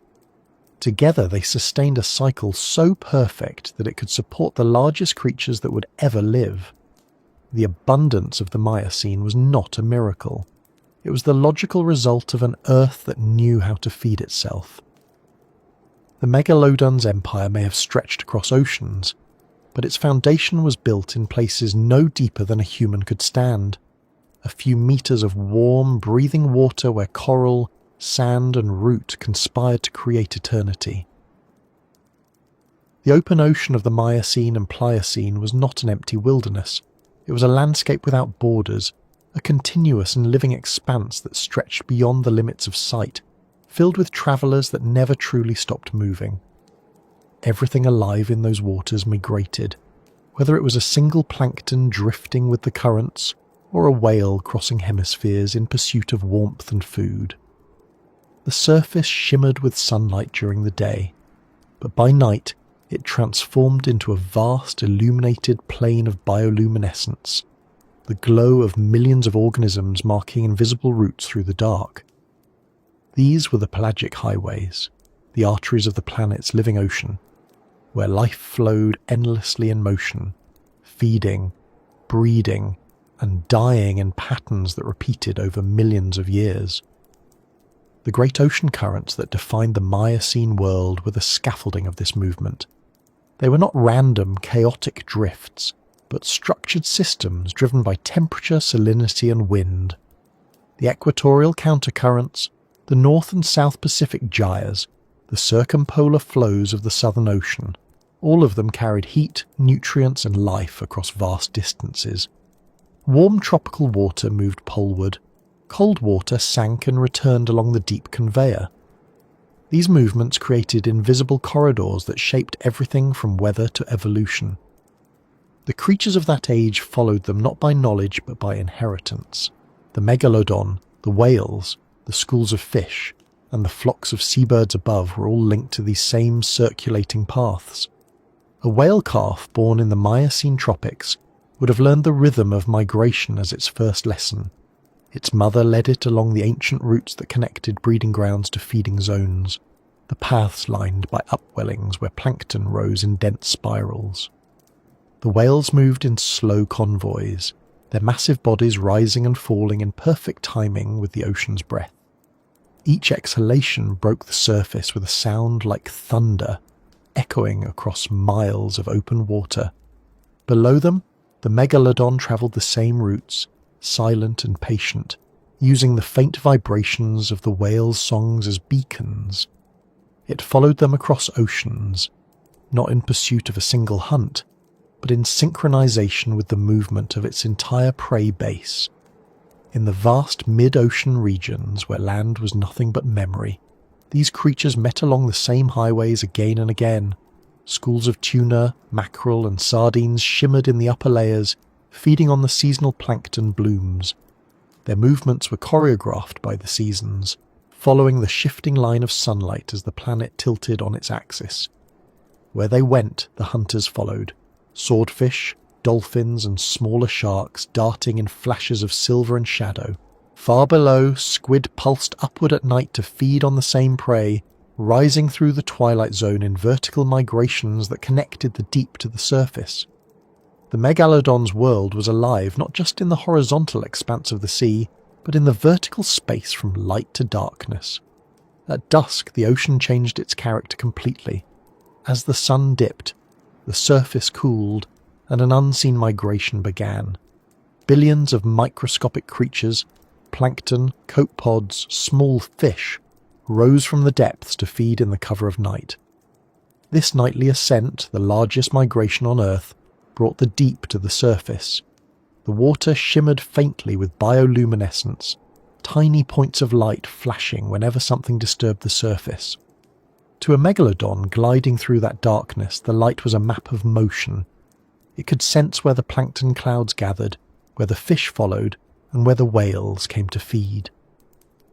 The open water night was never still. It was a living galaxy, the stars replaced by the glow of life itself.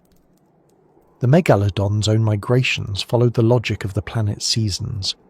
Warm currents drew it toward temperate coasts in summer, where whales bred and food was plentiful. As autumn cooled the water, it followed the retreating herds toward the tropics. Fossil evidence from multiple continents shows clusters of megalodon teeth that correspond to these migration paths, especially along what are now the coasts of California, Peru, South Africa, and Japan. These were the highways of giants, routes passed down through generations. The same regions that nurtured whale calves also nurtured shark offspring. For both predator and prey, the ocean was a cycle of departure and return. Whales were the sound of this ocean. Their songs, low and resonant, rolled through the water for hundreds of miles. In the absence of human-made noise, the sea carried their voices clearly, forming a network of sound that connected individuals across entire basins. The whales' communication was both practical and social, navigation, mating, reunion, but it also served as a kind of atmospheric texture for everything else living in that ocean. Sharks like the megalodon, though not musical themselves, moved within that soundscape, their senses attuned to its vibrations. Every note of a whale's call was also a signal of proximity, a vibration that could betray location and intent. Above, the seabirds traced their own highways in the air, following the same routes as the currents below. They nested on islands and seamounts, using the wind to travel thousands of kilometers. When the whales breached or the tuna shoals surfaced, the birds descended in waves, feeding on scraps. From above, they could see what no creature below could, the faint, glowing outlines of the ocean's hidden geography. Even without continents to guide them, they followed the same invisible structures, the eddies, the convergence zones, the plankton fronts that marked where the deep ocean met the surface world. The pelagic ecosystem of that age was bound by motion, but motion required energy, and energy required structure. The upwelling zones served as the great engines of life. Along continental margins and island chains, deep water rose, rich with nutrients drawn from ancient sediments. Iron, phosphorus, and nitrate surged upward, feeding blooms of diatoms and algae that painted the sea in swirls of green. These were the true factories of abundance. From the plankton that multiplied there came everything else: the krill, the fish, the whales, the predators that followed them, and finally the megalodon that hunted them all. The open ocean was vast, but its productivity was concentrated along these narrow highways of motion. A mature megalodon travelling along such a route would have moved with measured grace, conserving energy during its long migration. It did not need to feed constantly. One successful hunt could sustain it for weeks. It likely swam deep during the day where the water was cooler and denser, rising only at dusk when the whales and fish gathered nearer the surface. Its path was guided by instinct reinforced through generations, a biological memory of temperature gradients, salinity, and magnetic cues. These were the same cues used by whales, turtles, and even the smallest fish, all tuned to the same planetary rhythms. The night in the open ocean was an ecosystem of light. Every disturbance produced a cascade of blue-green sparks. The movement of a single shark sent ripples of light radiating outward, fading as quickly as they appeared. Whales breaking the surface to breathe carried trails of glowing plankton on their skin. Schools of squid flashed in bursts, signalling to one another in silent pulses. To witness it would have been to see the sea transformed into a universe of living stars. For the megalodon, it was simply home, a realm where visibility came not from sunlight but from the living energy of the water itself. These highways were not permanent. Ocean circulation shifted with the slow dance of continents. As the Isthmus of Panama began to rise toward the end of the Pliocene, the connection between the Atlantic and Pacific narrowed. Warm equatorial currents that once flowed freely were disrupted, forcing the oceans to reorganize. The Atlantic grew saltier, the Pacific cooler. The currents that had linked the world's ecosystems for millions of years began to change course. Migration routes that had once been open for generations grew more difficult. Some feeding grounds became barren, others overcrowded. The stability that had allowed the great ocean wanderers to thrive was beginning to erode. But during its height, the Miocene Sea was still an endless plain of opportunity. The megalodon's path crossed those of whales and dolphins, sea turtles and seabirds, squid and fish. Every creature, large or small, moved through the same fabric of currents and temperature, bound together by the same invisible laws. Their migrations overlapped, intertwined, and sustained one another. There was no stillness, no true separation between any point in that ocean. Life flowed like a continuous current, self-renewing, self-balancing. The whales sang, the sharks followed, and the ocean carried them both. Even in its quietest moments, the water was alive with meaning. The songs of whales may have served as acoustic landmarks, sonic beacons that helped others navigate across the endless blue. When the sound faded, the magnetic field of the earth itself guided them, a whisper beneath the noise of waves. The ocean's navigation system was as ancient as the planet, embedded in every living cell that crossed its depths. In the deep layers below the surface, the rhythm of migration continued unseen. The twilight zone, where sunlight barely penetrated, hosted creatures that drifted upward and downward in cycles longer than a day. Lanternfish, small but numerous, formed columns that stretched for hundreds of meters. At dusk they ascended to feed. At dawn they sank again into safety. Predators like the megalodon may have used these migrations as cues, following the daily movement of biomass through the water column. The deep, cool layers acted as highways of their own, connecting the ecosystems of the abyss to those of the surface. The open ocean at night was a theatre of persistence. Every life depended on another, every movement echoed through the water as both signal and risk. There were no hiding places, only distance and motion.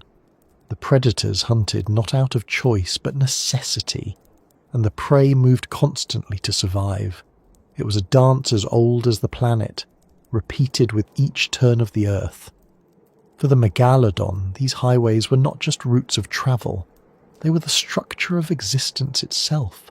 Its entire life unfolded along them, from the moment it left the safety of coastal nurseries to the years spent roaming between hemispheres in search of prey. It followed the same invisible corridors as its ancestors, guided by forces older than its species. Every migration, every hunt, every return to warmer waters was part of the same unbroken pattern. The open ocean night continued, silent and eternal. The glow faded and returned with the motion of the sea. The currents never ceased, the whales never stopped singing, and the giants kept moving along their endless blue roads. The planet, in its perfect balance, still breathed through them. For now, the highways remained open, and the ocean still belonged to the wanderers. Below the surface brightness of the Miocene Ocean, where sunlight lost its strength and colour drained from the water, there existed another world, one that almost never saw light, yet pulsed with its own quiet intensity. The surface may have belonged to motion and spectacle, but the deep, the true abyss, belonged to stillness and endurance. It was a place where energy arrived not as sunlight, but as slow rain, the continuous drift of dead plankton, fecal pellets, and tiny fragments of life descending from the upper layers. This was the world beneath the highways, a realm the megalodon visited only in passing, but one that underpinned everything above. The dark below was both graveyard and cradle, the final resting place of the ocean's giants, and the birthplace of entire ecosystems built from their remains. The transition into this world was gradual. At a few hundred meters, the light dimmed into blue haze. At 1,000, it was gone. The temperature fell, the pressure increased, and the world became one of perpetual night. The creatures that lived here were adapted to scarcity. Their bodies were gelatinous, their metabolism slow, their senses tuned to faint vibrations or chemical traces. Tiny crustaceans and worms sifted through the falling snow of organic matter that drifted down from above. Each particle was precious, a speck of sunlight transformed by the chain of life into sustenance for the unseen. The twilight zone, where the last hints of light lingered, was already populated by small predators and drifting fish, but below that, in the midnight zone, life shifted into something stranger, an existence defined by patience. The megalodon rarely ventured this deep. Its massive body was designed for warmer, higher layers, where prey was abundant and oxygen plentiful. But the traces of its presence could reach even here. When one of its kills, a whale or large marine mammal, sank beyond the reach of scavengers near the surface, it entered a slow descent that could take hours. The body spiraled downward, tumbling weightless in the cold, trailing a plume of fading blood and oil. Around it gathered smaller sharks and hagfish, stripping away the soft tissues as it fell. Even in death, the giants fed the deep. By the time the carcass reached the sea floor, much of its bulk was gone, but what remained, bones rich in lipids and collagen, became the foundation of a new community. This was the phenomenon that scientists would later call a whale fall, but in the Miocene, it was simply part of the ocean's daily rhythm. When a whale's remains touched the bottom, they were instantly colonized. Crabs, amphipods, and deep-sea isopods arrived first, devouring the remaining flesh. Within weeks, the bones themselves became host to a bloom of bacteria that thrived on the lipids locked within. These bacteria formed mats, releasing sulfides into the surrounding sediment.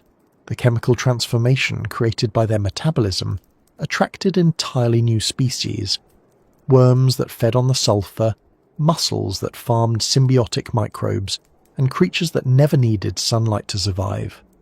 Over decades, these communities evolved using the energy of decay rather than the energy of the sun.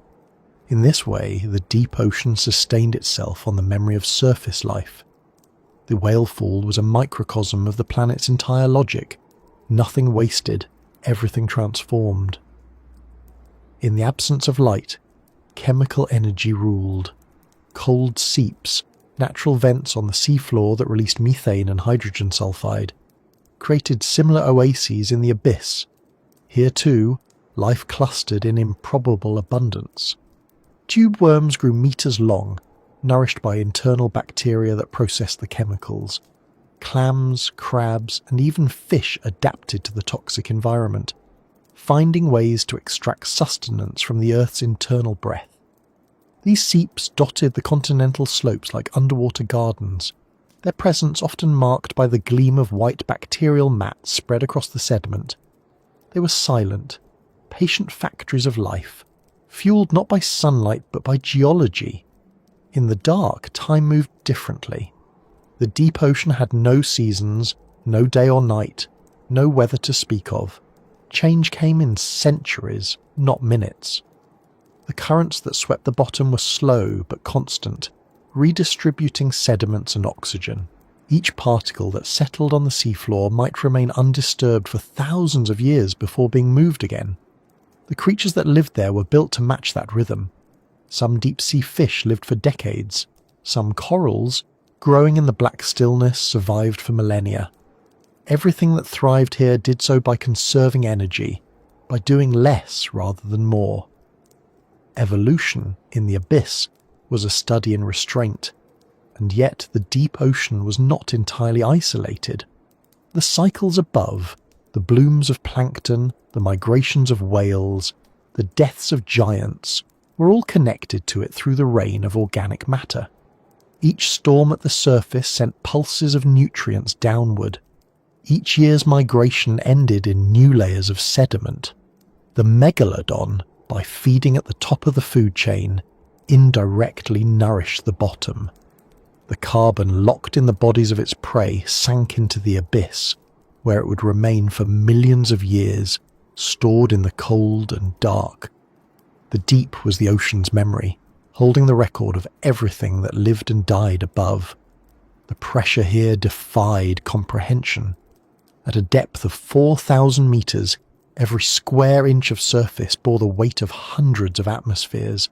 Metal would crush, bone would collapse. But the life built for that world had no need for rigidity. Soft bodies bent rather than broke. Fluids replaced structure. Some creatures produced internal antifreeze, keeping their cells from freezing solid in the near-zero water. Others generated light to communicate or hunt. The deep sea glowed in its own quiet way, small flashes and pulses marking the presence of predators and prey, in a realm where the only constant was darkness. Among the most haunting sights in this world were the remains of the great whales themselves. Over time, their bones became coated in sediment, fossilizing slowly as minerals replaced calcium. Some remained partially exposed for centuries, forming skeletal monuments on the seabed. Around them, bacteria and worms continued their work, turning even stone-hard remains into sustenance. In a sense, the deep ocean was the final recycler of the planet, ensuring that nothing of value ever truly vanished. The cycle of energy that began with sunlight at the surface ended here, in chemical reactions powered by decay. For creatures like the megalodon, the deep remained both mystery and boundary. It was aware of its presence, perhaps sensing the pressure drop when diving after injured prey, but it did not belong there. The cold stole its energy. The darkness limited its senses. It was a creature of motion, built for the living light of the upper sea. The deep was too still, too slow, a place where even time seemed to hesitate. Yet the megalodon depended on it as much as any abyssal worm did. Without the deep's capacity to absorb and recycle carbon, the surface world would have drowned in its own excess. The abyss regulated life by transforming death. The architecture of the deep ocean floor in that era was far from featureless. Continental slopes descended into wide plains where fine sediments accumulated over millions of years. Beyond them rose seamounts and ridges, volcanic remnants covered in thin films of manganese and iron. These hard surfaces provided anchorage for corals, sponges, and other sessile life. The ridges themselves served as highways for bottom currents, carrying nutrients laterally across basins. Occasionally, submarine landslides triggered by earthquakes reshaped these landscapes in minutes, burying entire ecosystems beneath new layers of silt. The deep was not immutable. It changed slowly most of the time, but when it moved with catastrophic force. Cold seeps and hydrothermal vents punctuated the monotony of the abyss with life's defiant brilliance. At the vents, where water superheated by magma erupted through cracks, plumes of minerals fanned out into the blackness. Metal deposits formed shimmering chimneys, and within their toxic clouds thrived colonies of organisms found nowhere else on Earth. Though these vents were rare and isolated, they represented continuity with the planet's earliest history. The same chemical reactions that might have birthed life itself billions of years earlier. The deep was ancient in every sense, a window into both the beginning and the end of living matter. The silence here was total, broken only by the slow creak of settling sediment or the faint tremor of distant tectonic activity. Sound, when it came, was magnified by the density of the water. The groan of icebergs calving far above, the muffled thunder of underwater quakes, the songs of whales travelling downward until even the abyss could hear them. These sounds gave the deep a strange intimacy, connecting it to events thousands of kilometres away. Nothing in the ocean was truly separate. Everything resonated through the same liquid medium. The deep ocean during the age of the megalodon was as much a part of its story as the sunlit shallows. though it existed in near total darkness. Every life that fed the shark, every whale it brought down, eventually became a contribution to this unseen world. The abyss was the final partner in the exchange, the place that received what the upper world released. Its stillness was not absence but accumulation. It gathered time the way reefs gathered light. When we think of those ancient seas now, it's easy to imagine them only in colour and motion, the greens of the shallows, the silver of fish, the blue expanse of the pelagic zones. But the true heart of that ocean lay in the black below, where the energy of sunlight ended and the energy of decay began. The deep ocean was the other half of life, the mirror that absorbed everything the surface created. It was the keeper of the balance, ensuring that the abundance above did not destroy itself. The megalodon's shadow may never have reached these depths, but its legacy did. Every bite, every hunt, every kill it made sent echoes downward in the form of sinking matter, feeding unseen millions. The abyss received those offerings without judgment, turning them slowly into stone, then into the chemical whispers that sustained its own hidden citizens. Life in the deep needed no witness. It was its own audience, its own reward. The dark below remained eternal, indifferent to the dramas above. It accepted the fallen giants, digested their remains, and waited patiently for the next generation to join them. Even as the climate above shifted and the world began its long cooling, the abyss stayed nearly unchanged, a steady heartbeat beneath the planet's transformation. It was the place where everything ended and everything began again, a silence so complete that it might as well have been the ocean thinking to itself. The change began quietly. There was no single catastrophe, no sudden extinction that shattered the seas. Instead, the transformation came as a slow and a patient rearrangement of the world's breath.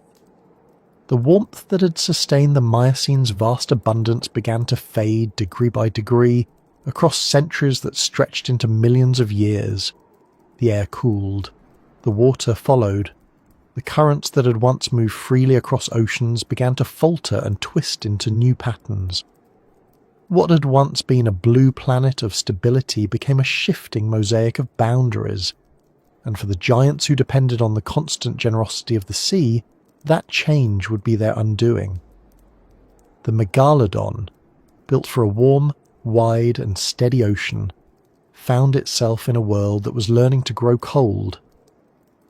The great conveyor belts of the ocean, the systems of circulation that distributed heat and nutrients, were the first to feel the strain. For millions of years, the open seaways between continents had allowed warm water to flow unimpeded, keeping global temperatures balanced. But as the Isthmus of Panama rose from the depths and finally sealed the link between the Atlantic and Pacific, that equilibrium ended. The Atlantic began to hold more salt, its currents intensifying and looping northward. The Pacific, deprived of that exchange, cooled. The winds shifted. Monsoons weakened in some places and grew violent in others. The great gyres that had once been highways of life became barriers. Entire species that had drifted freely between oceans found themselves isolated. Isolation is the first step toward change, and change does not favour giants. The Megalodon's reach depended on open water and on the constant migration of prey.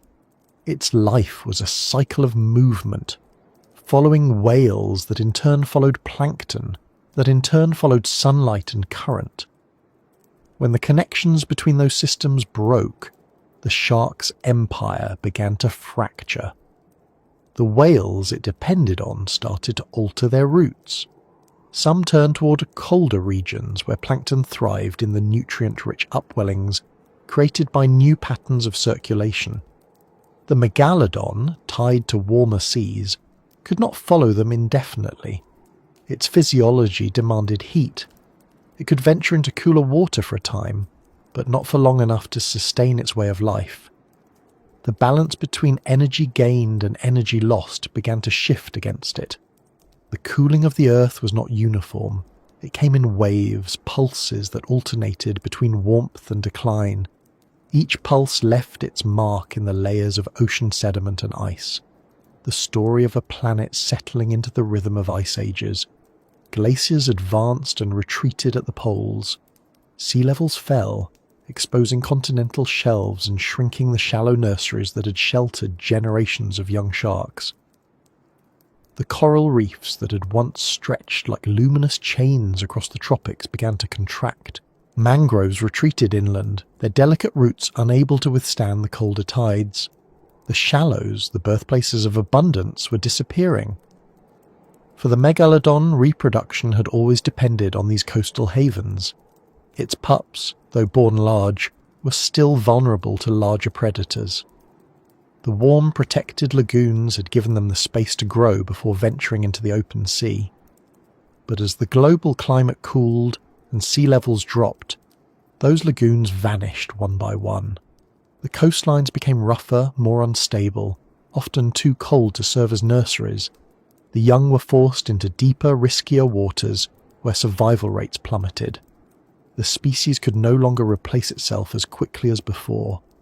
What had been a stable cycle for millions of years began to break down. The prey that once filled the seas changed too. The warm water whales that had once been slow and heavy began to give way to more agile species adapted to colder environments. Rorquals, ancestors of modern blue and humpback whales, developed new feeding strategies that allowed them to travel farther and eat more efficiently. They followed the blooms of krill into colder waters, places the megalodon could not comfortably survive. Even their birthing ground shifted toward higher latitudes. The energy of the ocean was moving poleward, leaving the tropics comparatively barren. The megalodon's range shrank like a tightening circle. As its world cooled, competition intensified. Smaller, faster sharks began to multiply in the new conditions. The early great white Carcharodon carcharius evolved from the same lineage that had produced the megalodon's ancestors, but took a different path, leaner, more efficient, better suited to hunting in cooler, nutrient-rich waters.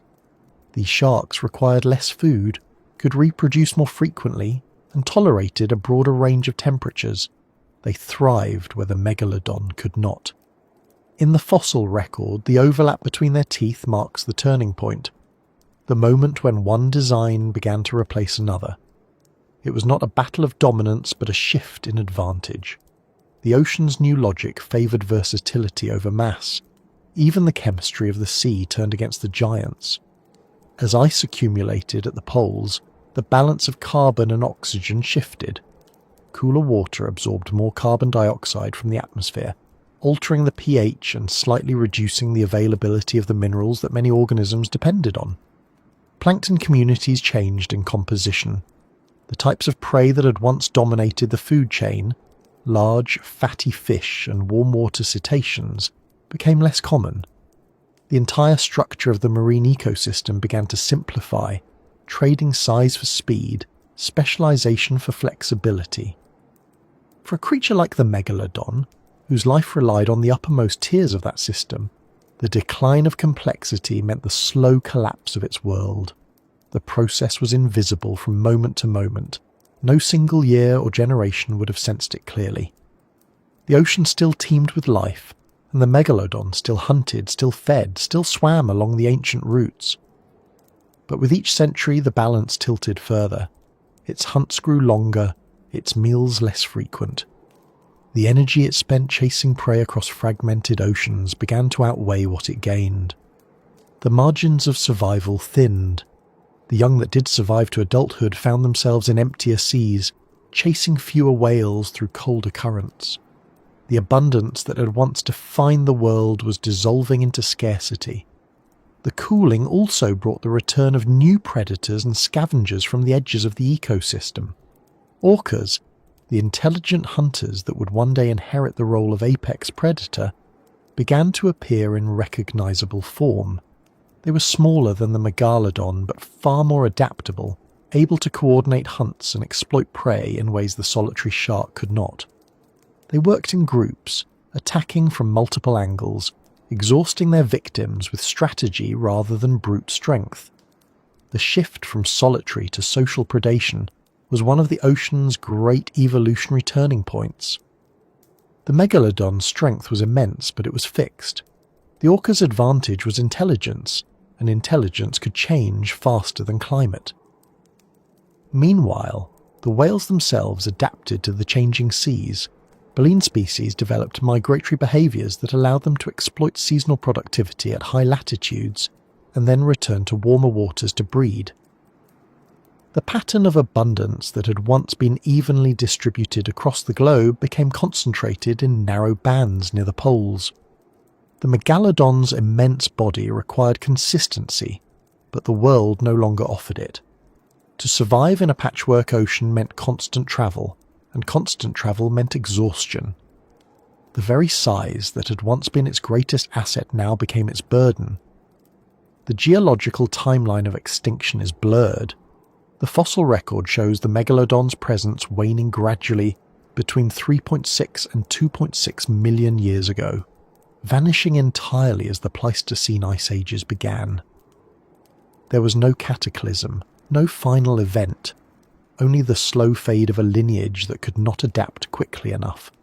Its disappearance coincides with the rise of the first large-scale glaciations, when the poles locked in ice and sea levels dropped by more than 100 metres. The shallow seas that had once served as breeding grounds were gone. The open ocean had grown colder, less fertile, less forgiving. The last of the giants likely died in waters that had once been home to their ancestors, their bodies sinking into the same abyss that had fed their world for millions of years. Yet extinction is never just an ending. It is a reorganization. The disappearance of the megalodon opened ecological space for others. The great whites spread into new territories. Orcas and other toothed whales diversified. The balance of the ocean reset itself. The world that followed was leaner, more dynamic, shaped by cycles of ice and melt that rewarded adaptability over magnitude. The age of warmth and excess gave way to an age of endurance. The megalodon became a ghost within that transition, a relic of a world that no longer existed. Even as the giant disappeared, its influence lingered. The evolutionary arms race it had fueled left marks on its prey and competitors alike. Whales grew faster and more agile. Sharks evolved new strategies of ambush and cooperation. The legacy of its predation echoed through species that never knew its presence. The shape of the modern ocean still carries its fingerprint in the behaviours of those who came after. The instinctive fear that drives whales to gather in groups, the patterns of migration that trace ancient roots, even the hierarchy of modern marine predators, all of it is the echo of the age of the megalodon. The planet itself, as if exhausted by its own abundance, settled into rhythm again. Ice advanced from the poles, reflecting sunlight, cooling the air. Deserts formed inland as the climate dried. The lush coasts that had once been nurseries turned to rocky shorelines. Coral reefs retreated to narrower belts around the equator. The tropical seas that had once supported empires of life became fewer and farther between. The energy of the earth had been redistributed, and with that redistribution came the end of the great experiment in gigantism that had defined the Miocene. The ocean, though changed, endured. It always does. The megalodon's extinction was not the ocean's failure, but its adjustment. The system corrected itself, rebalancing the ratio of predator to prey, energy to consumption. The giants had played their part. Their disappearance allowed new forms to flourish. Evolution does not mourn. It simply continues. The great shark, once the embodiment of power and abundance, became part of the sediment, its bones and teeth scattered across the seafloor, waiting for a future intelligence to find them and wonder at what the world once was. If there was a final generation, it would not have known its own ending. The water would still have carried the same soft blue light, the same smell of salt, the same slow rhythm of wave and current. The last megalodon would have swum as its ancestors did, patient, deliberate, unaware that its kind was fading from the earth. In its final moments, it would still have been what it had always been. The embodiment of balance between hunger and grace, a creature built perfectly for a world that no longer existed. And when it died, sinking slowly into the cold, the deep would have received it as it had received all things, folding it into the endless memory of the ocean. The cooling seas moved on, the giants vanished, and in their place rose a new order of survivors, smaller, quicker, more cunning. The age of warmth had ended, but the story of life continued, written now in leaner lines, its abundance tempered by restraint. Yet beneath every wave, in the chemistry of the water and the rhythm of its movement, the echo of that vanished world remained, a reminder that even the greatest forms of life are only temporary arrangements of energy, shaped by the earth, sustained by balance, and erased by the same hand that created them. What remains of the age of the megalodon is silence made visible, teeth mostly, enormous, triangular, serrated relics scattered across the beds of ancient seas now turned to stone, each one a fragment of a jaw that no longer exists, a trace of something that once shaped the rhythm of entire oceans. They are smooth now, polished by time, their edges dulled by sand and water. When you hold one in your hand, you hold a piece of the planet's memory. It is heavy, not just in weight, but in implication. This tooth once sat in the mouth of a creature longer than a bus, heavier than any animal that has ever lived on land, and yet what remains of it fits easily into the palm of your hand. The fossil record of the megalodon is not a story of violence, though it comes from a world of predation. It is a story of scale, of how large life once dared to grow when the earth was generous. The fossil beds where these teeth are found form a quiet network of the past. From North America's eastern seaboard to the coast of Peru, from the warm sediments of South Africa to the cliffs of southern Europe, the megalodon left its trace like a signature written across the continents. Most of the remains come from the shallow deposits of ancient coastal seas, places that were once breeding grounds or feeding corridors. The bones of whales often accompany them, scored and punctured with the unmistakable marks of serrated jaws. Each site tells the same story repeated across millions of years, an ocean full of motion, hunger and abundance. But the fossils themselves are calm, stripped of all that movement.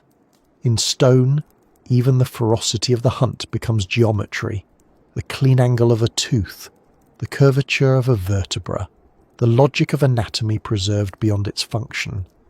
The megalodon's skeleton, made of cartilage rather than bone, left little behind. What we know of its form comes mostly from the teeth, and the rare, fossilized vertebral columns that reveal its size and proportions. The rest is deduction, comparisons with living sharks, measurements scaled upward, models reconstructed from fragments. What emerges is a portrait both immense and incomplete, a body too large to be fully grasped, a presence too vast to be restored. Science offers the outlines, imagination fills the space between. When paleontologists examine a megalodon tooth under light, they see not just a predator, but a vanished ecosystem.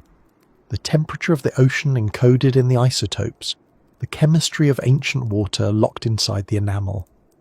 Each tooth is a data point in a history of climate, migration and extinction.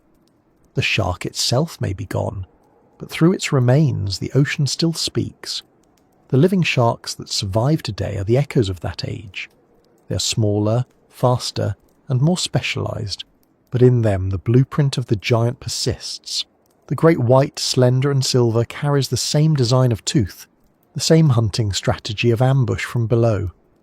The tiger shark, with its wide head and slow, deliberate motion, echoes the patience of the megalodon's approach. Even the gentle whale shark, a filter feeder that lives in peace with plankton, carries the body plan perfected by millions of years of evolution. Every modern shark, from the reef dwellers to the deep water hunters, is a sentence in the same ongoing story. Evolution did not erase the megalodon, it edited it.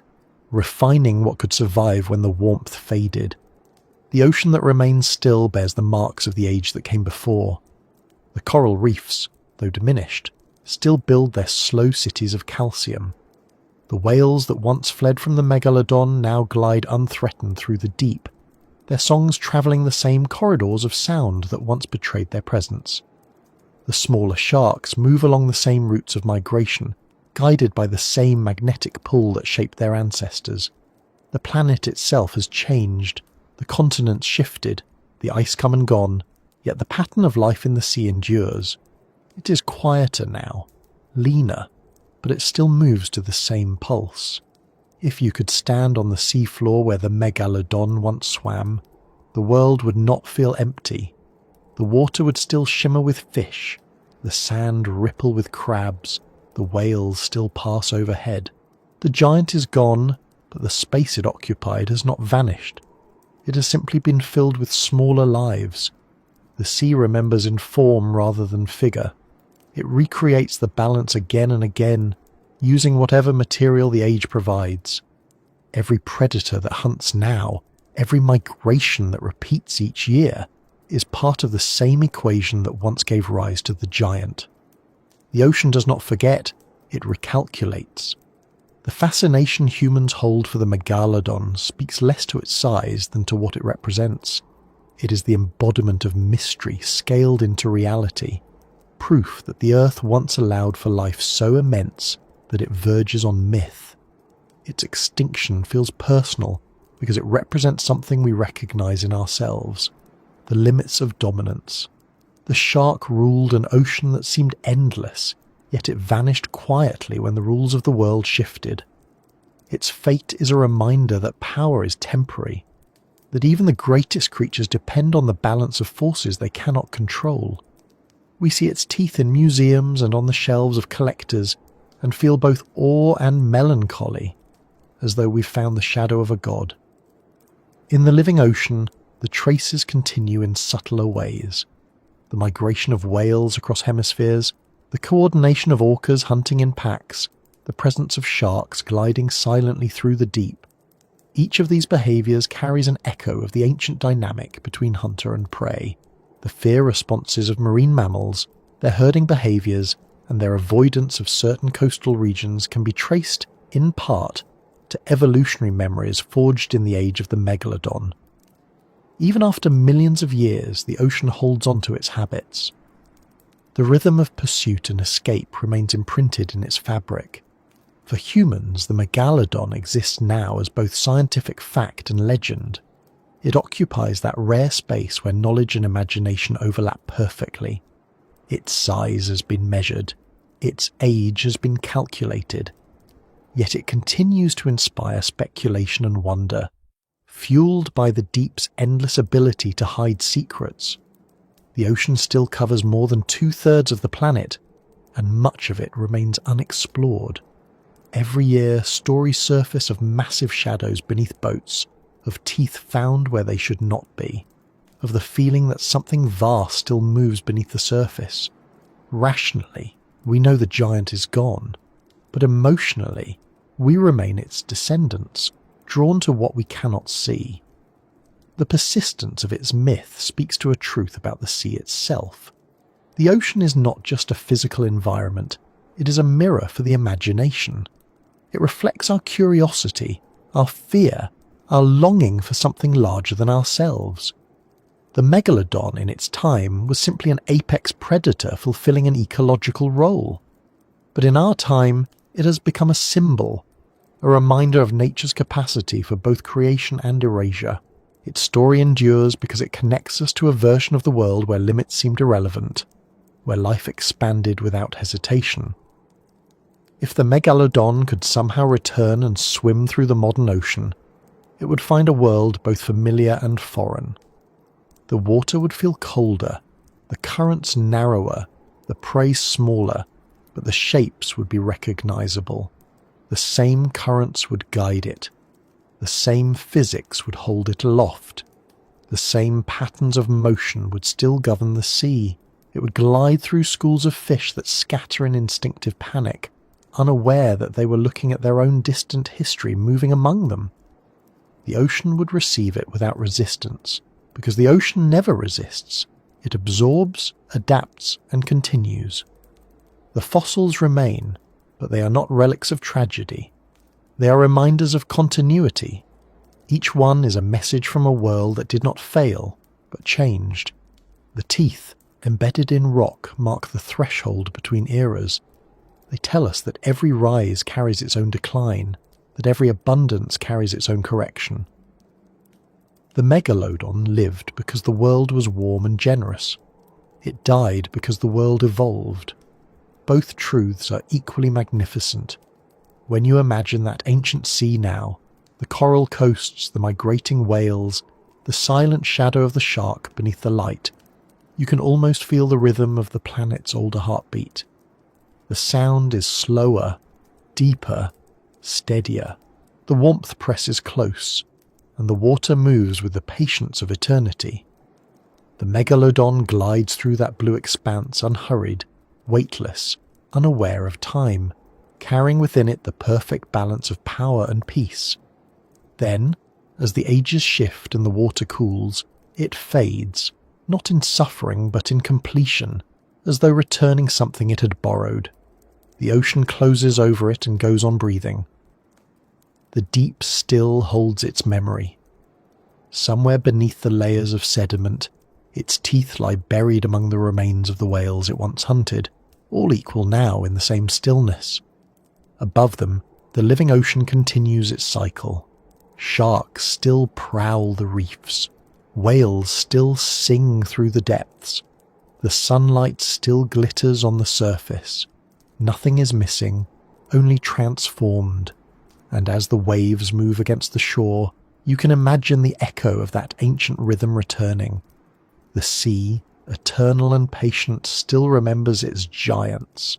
The fossil in your hand is proof that it once dreamed on a larger scale.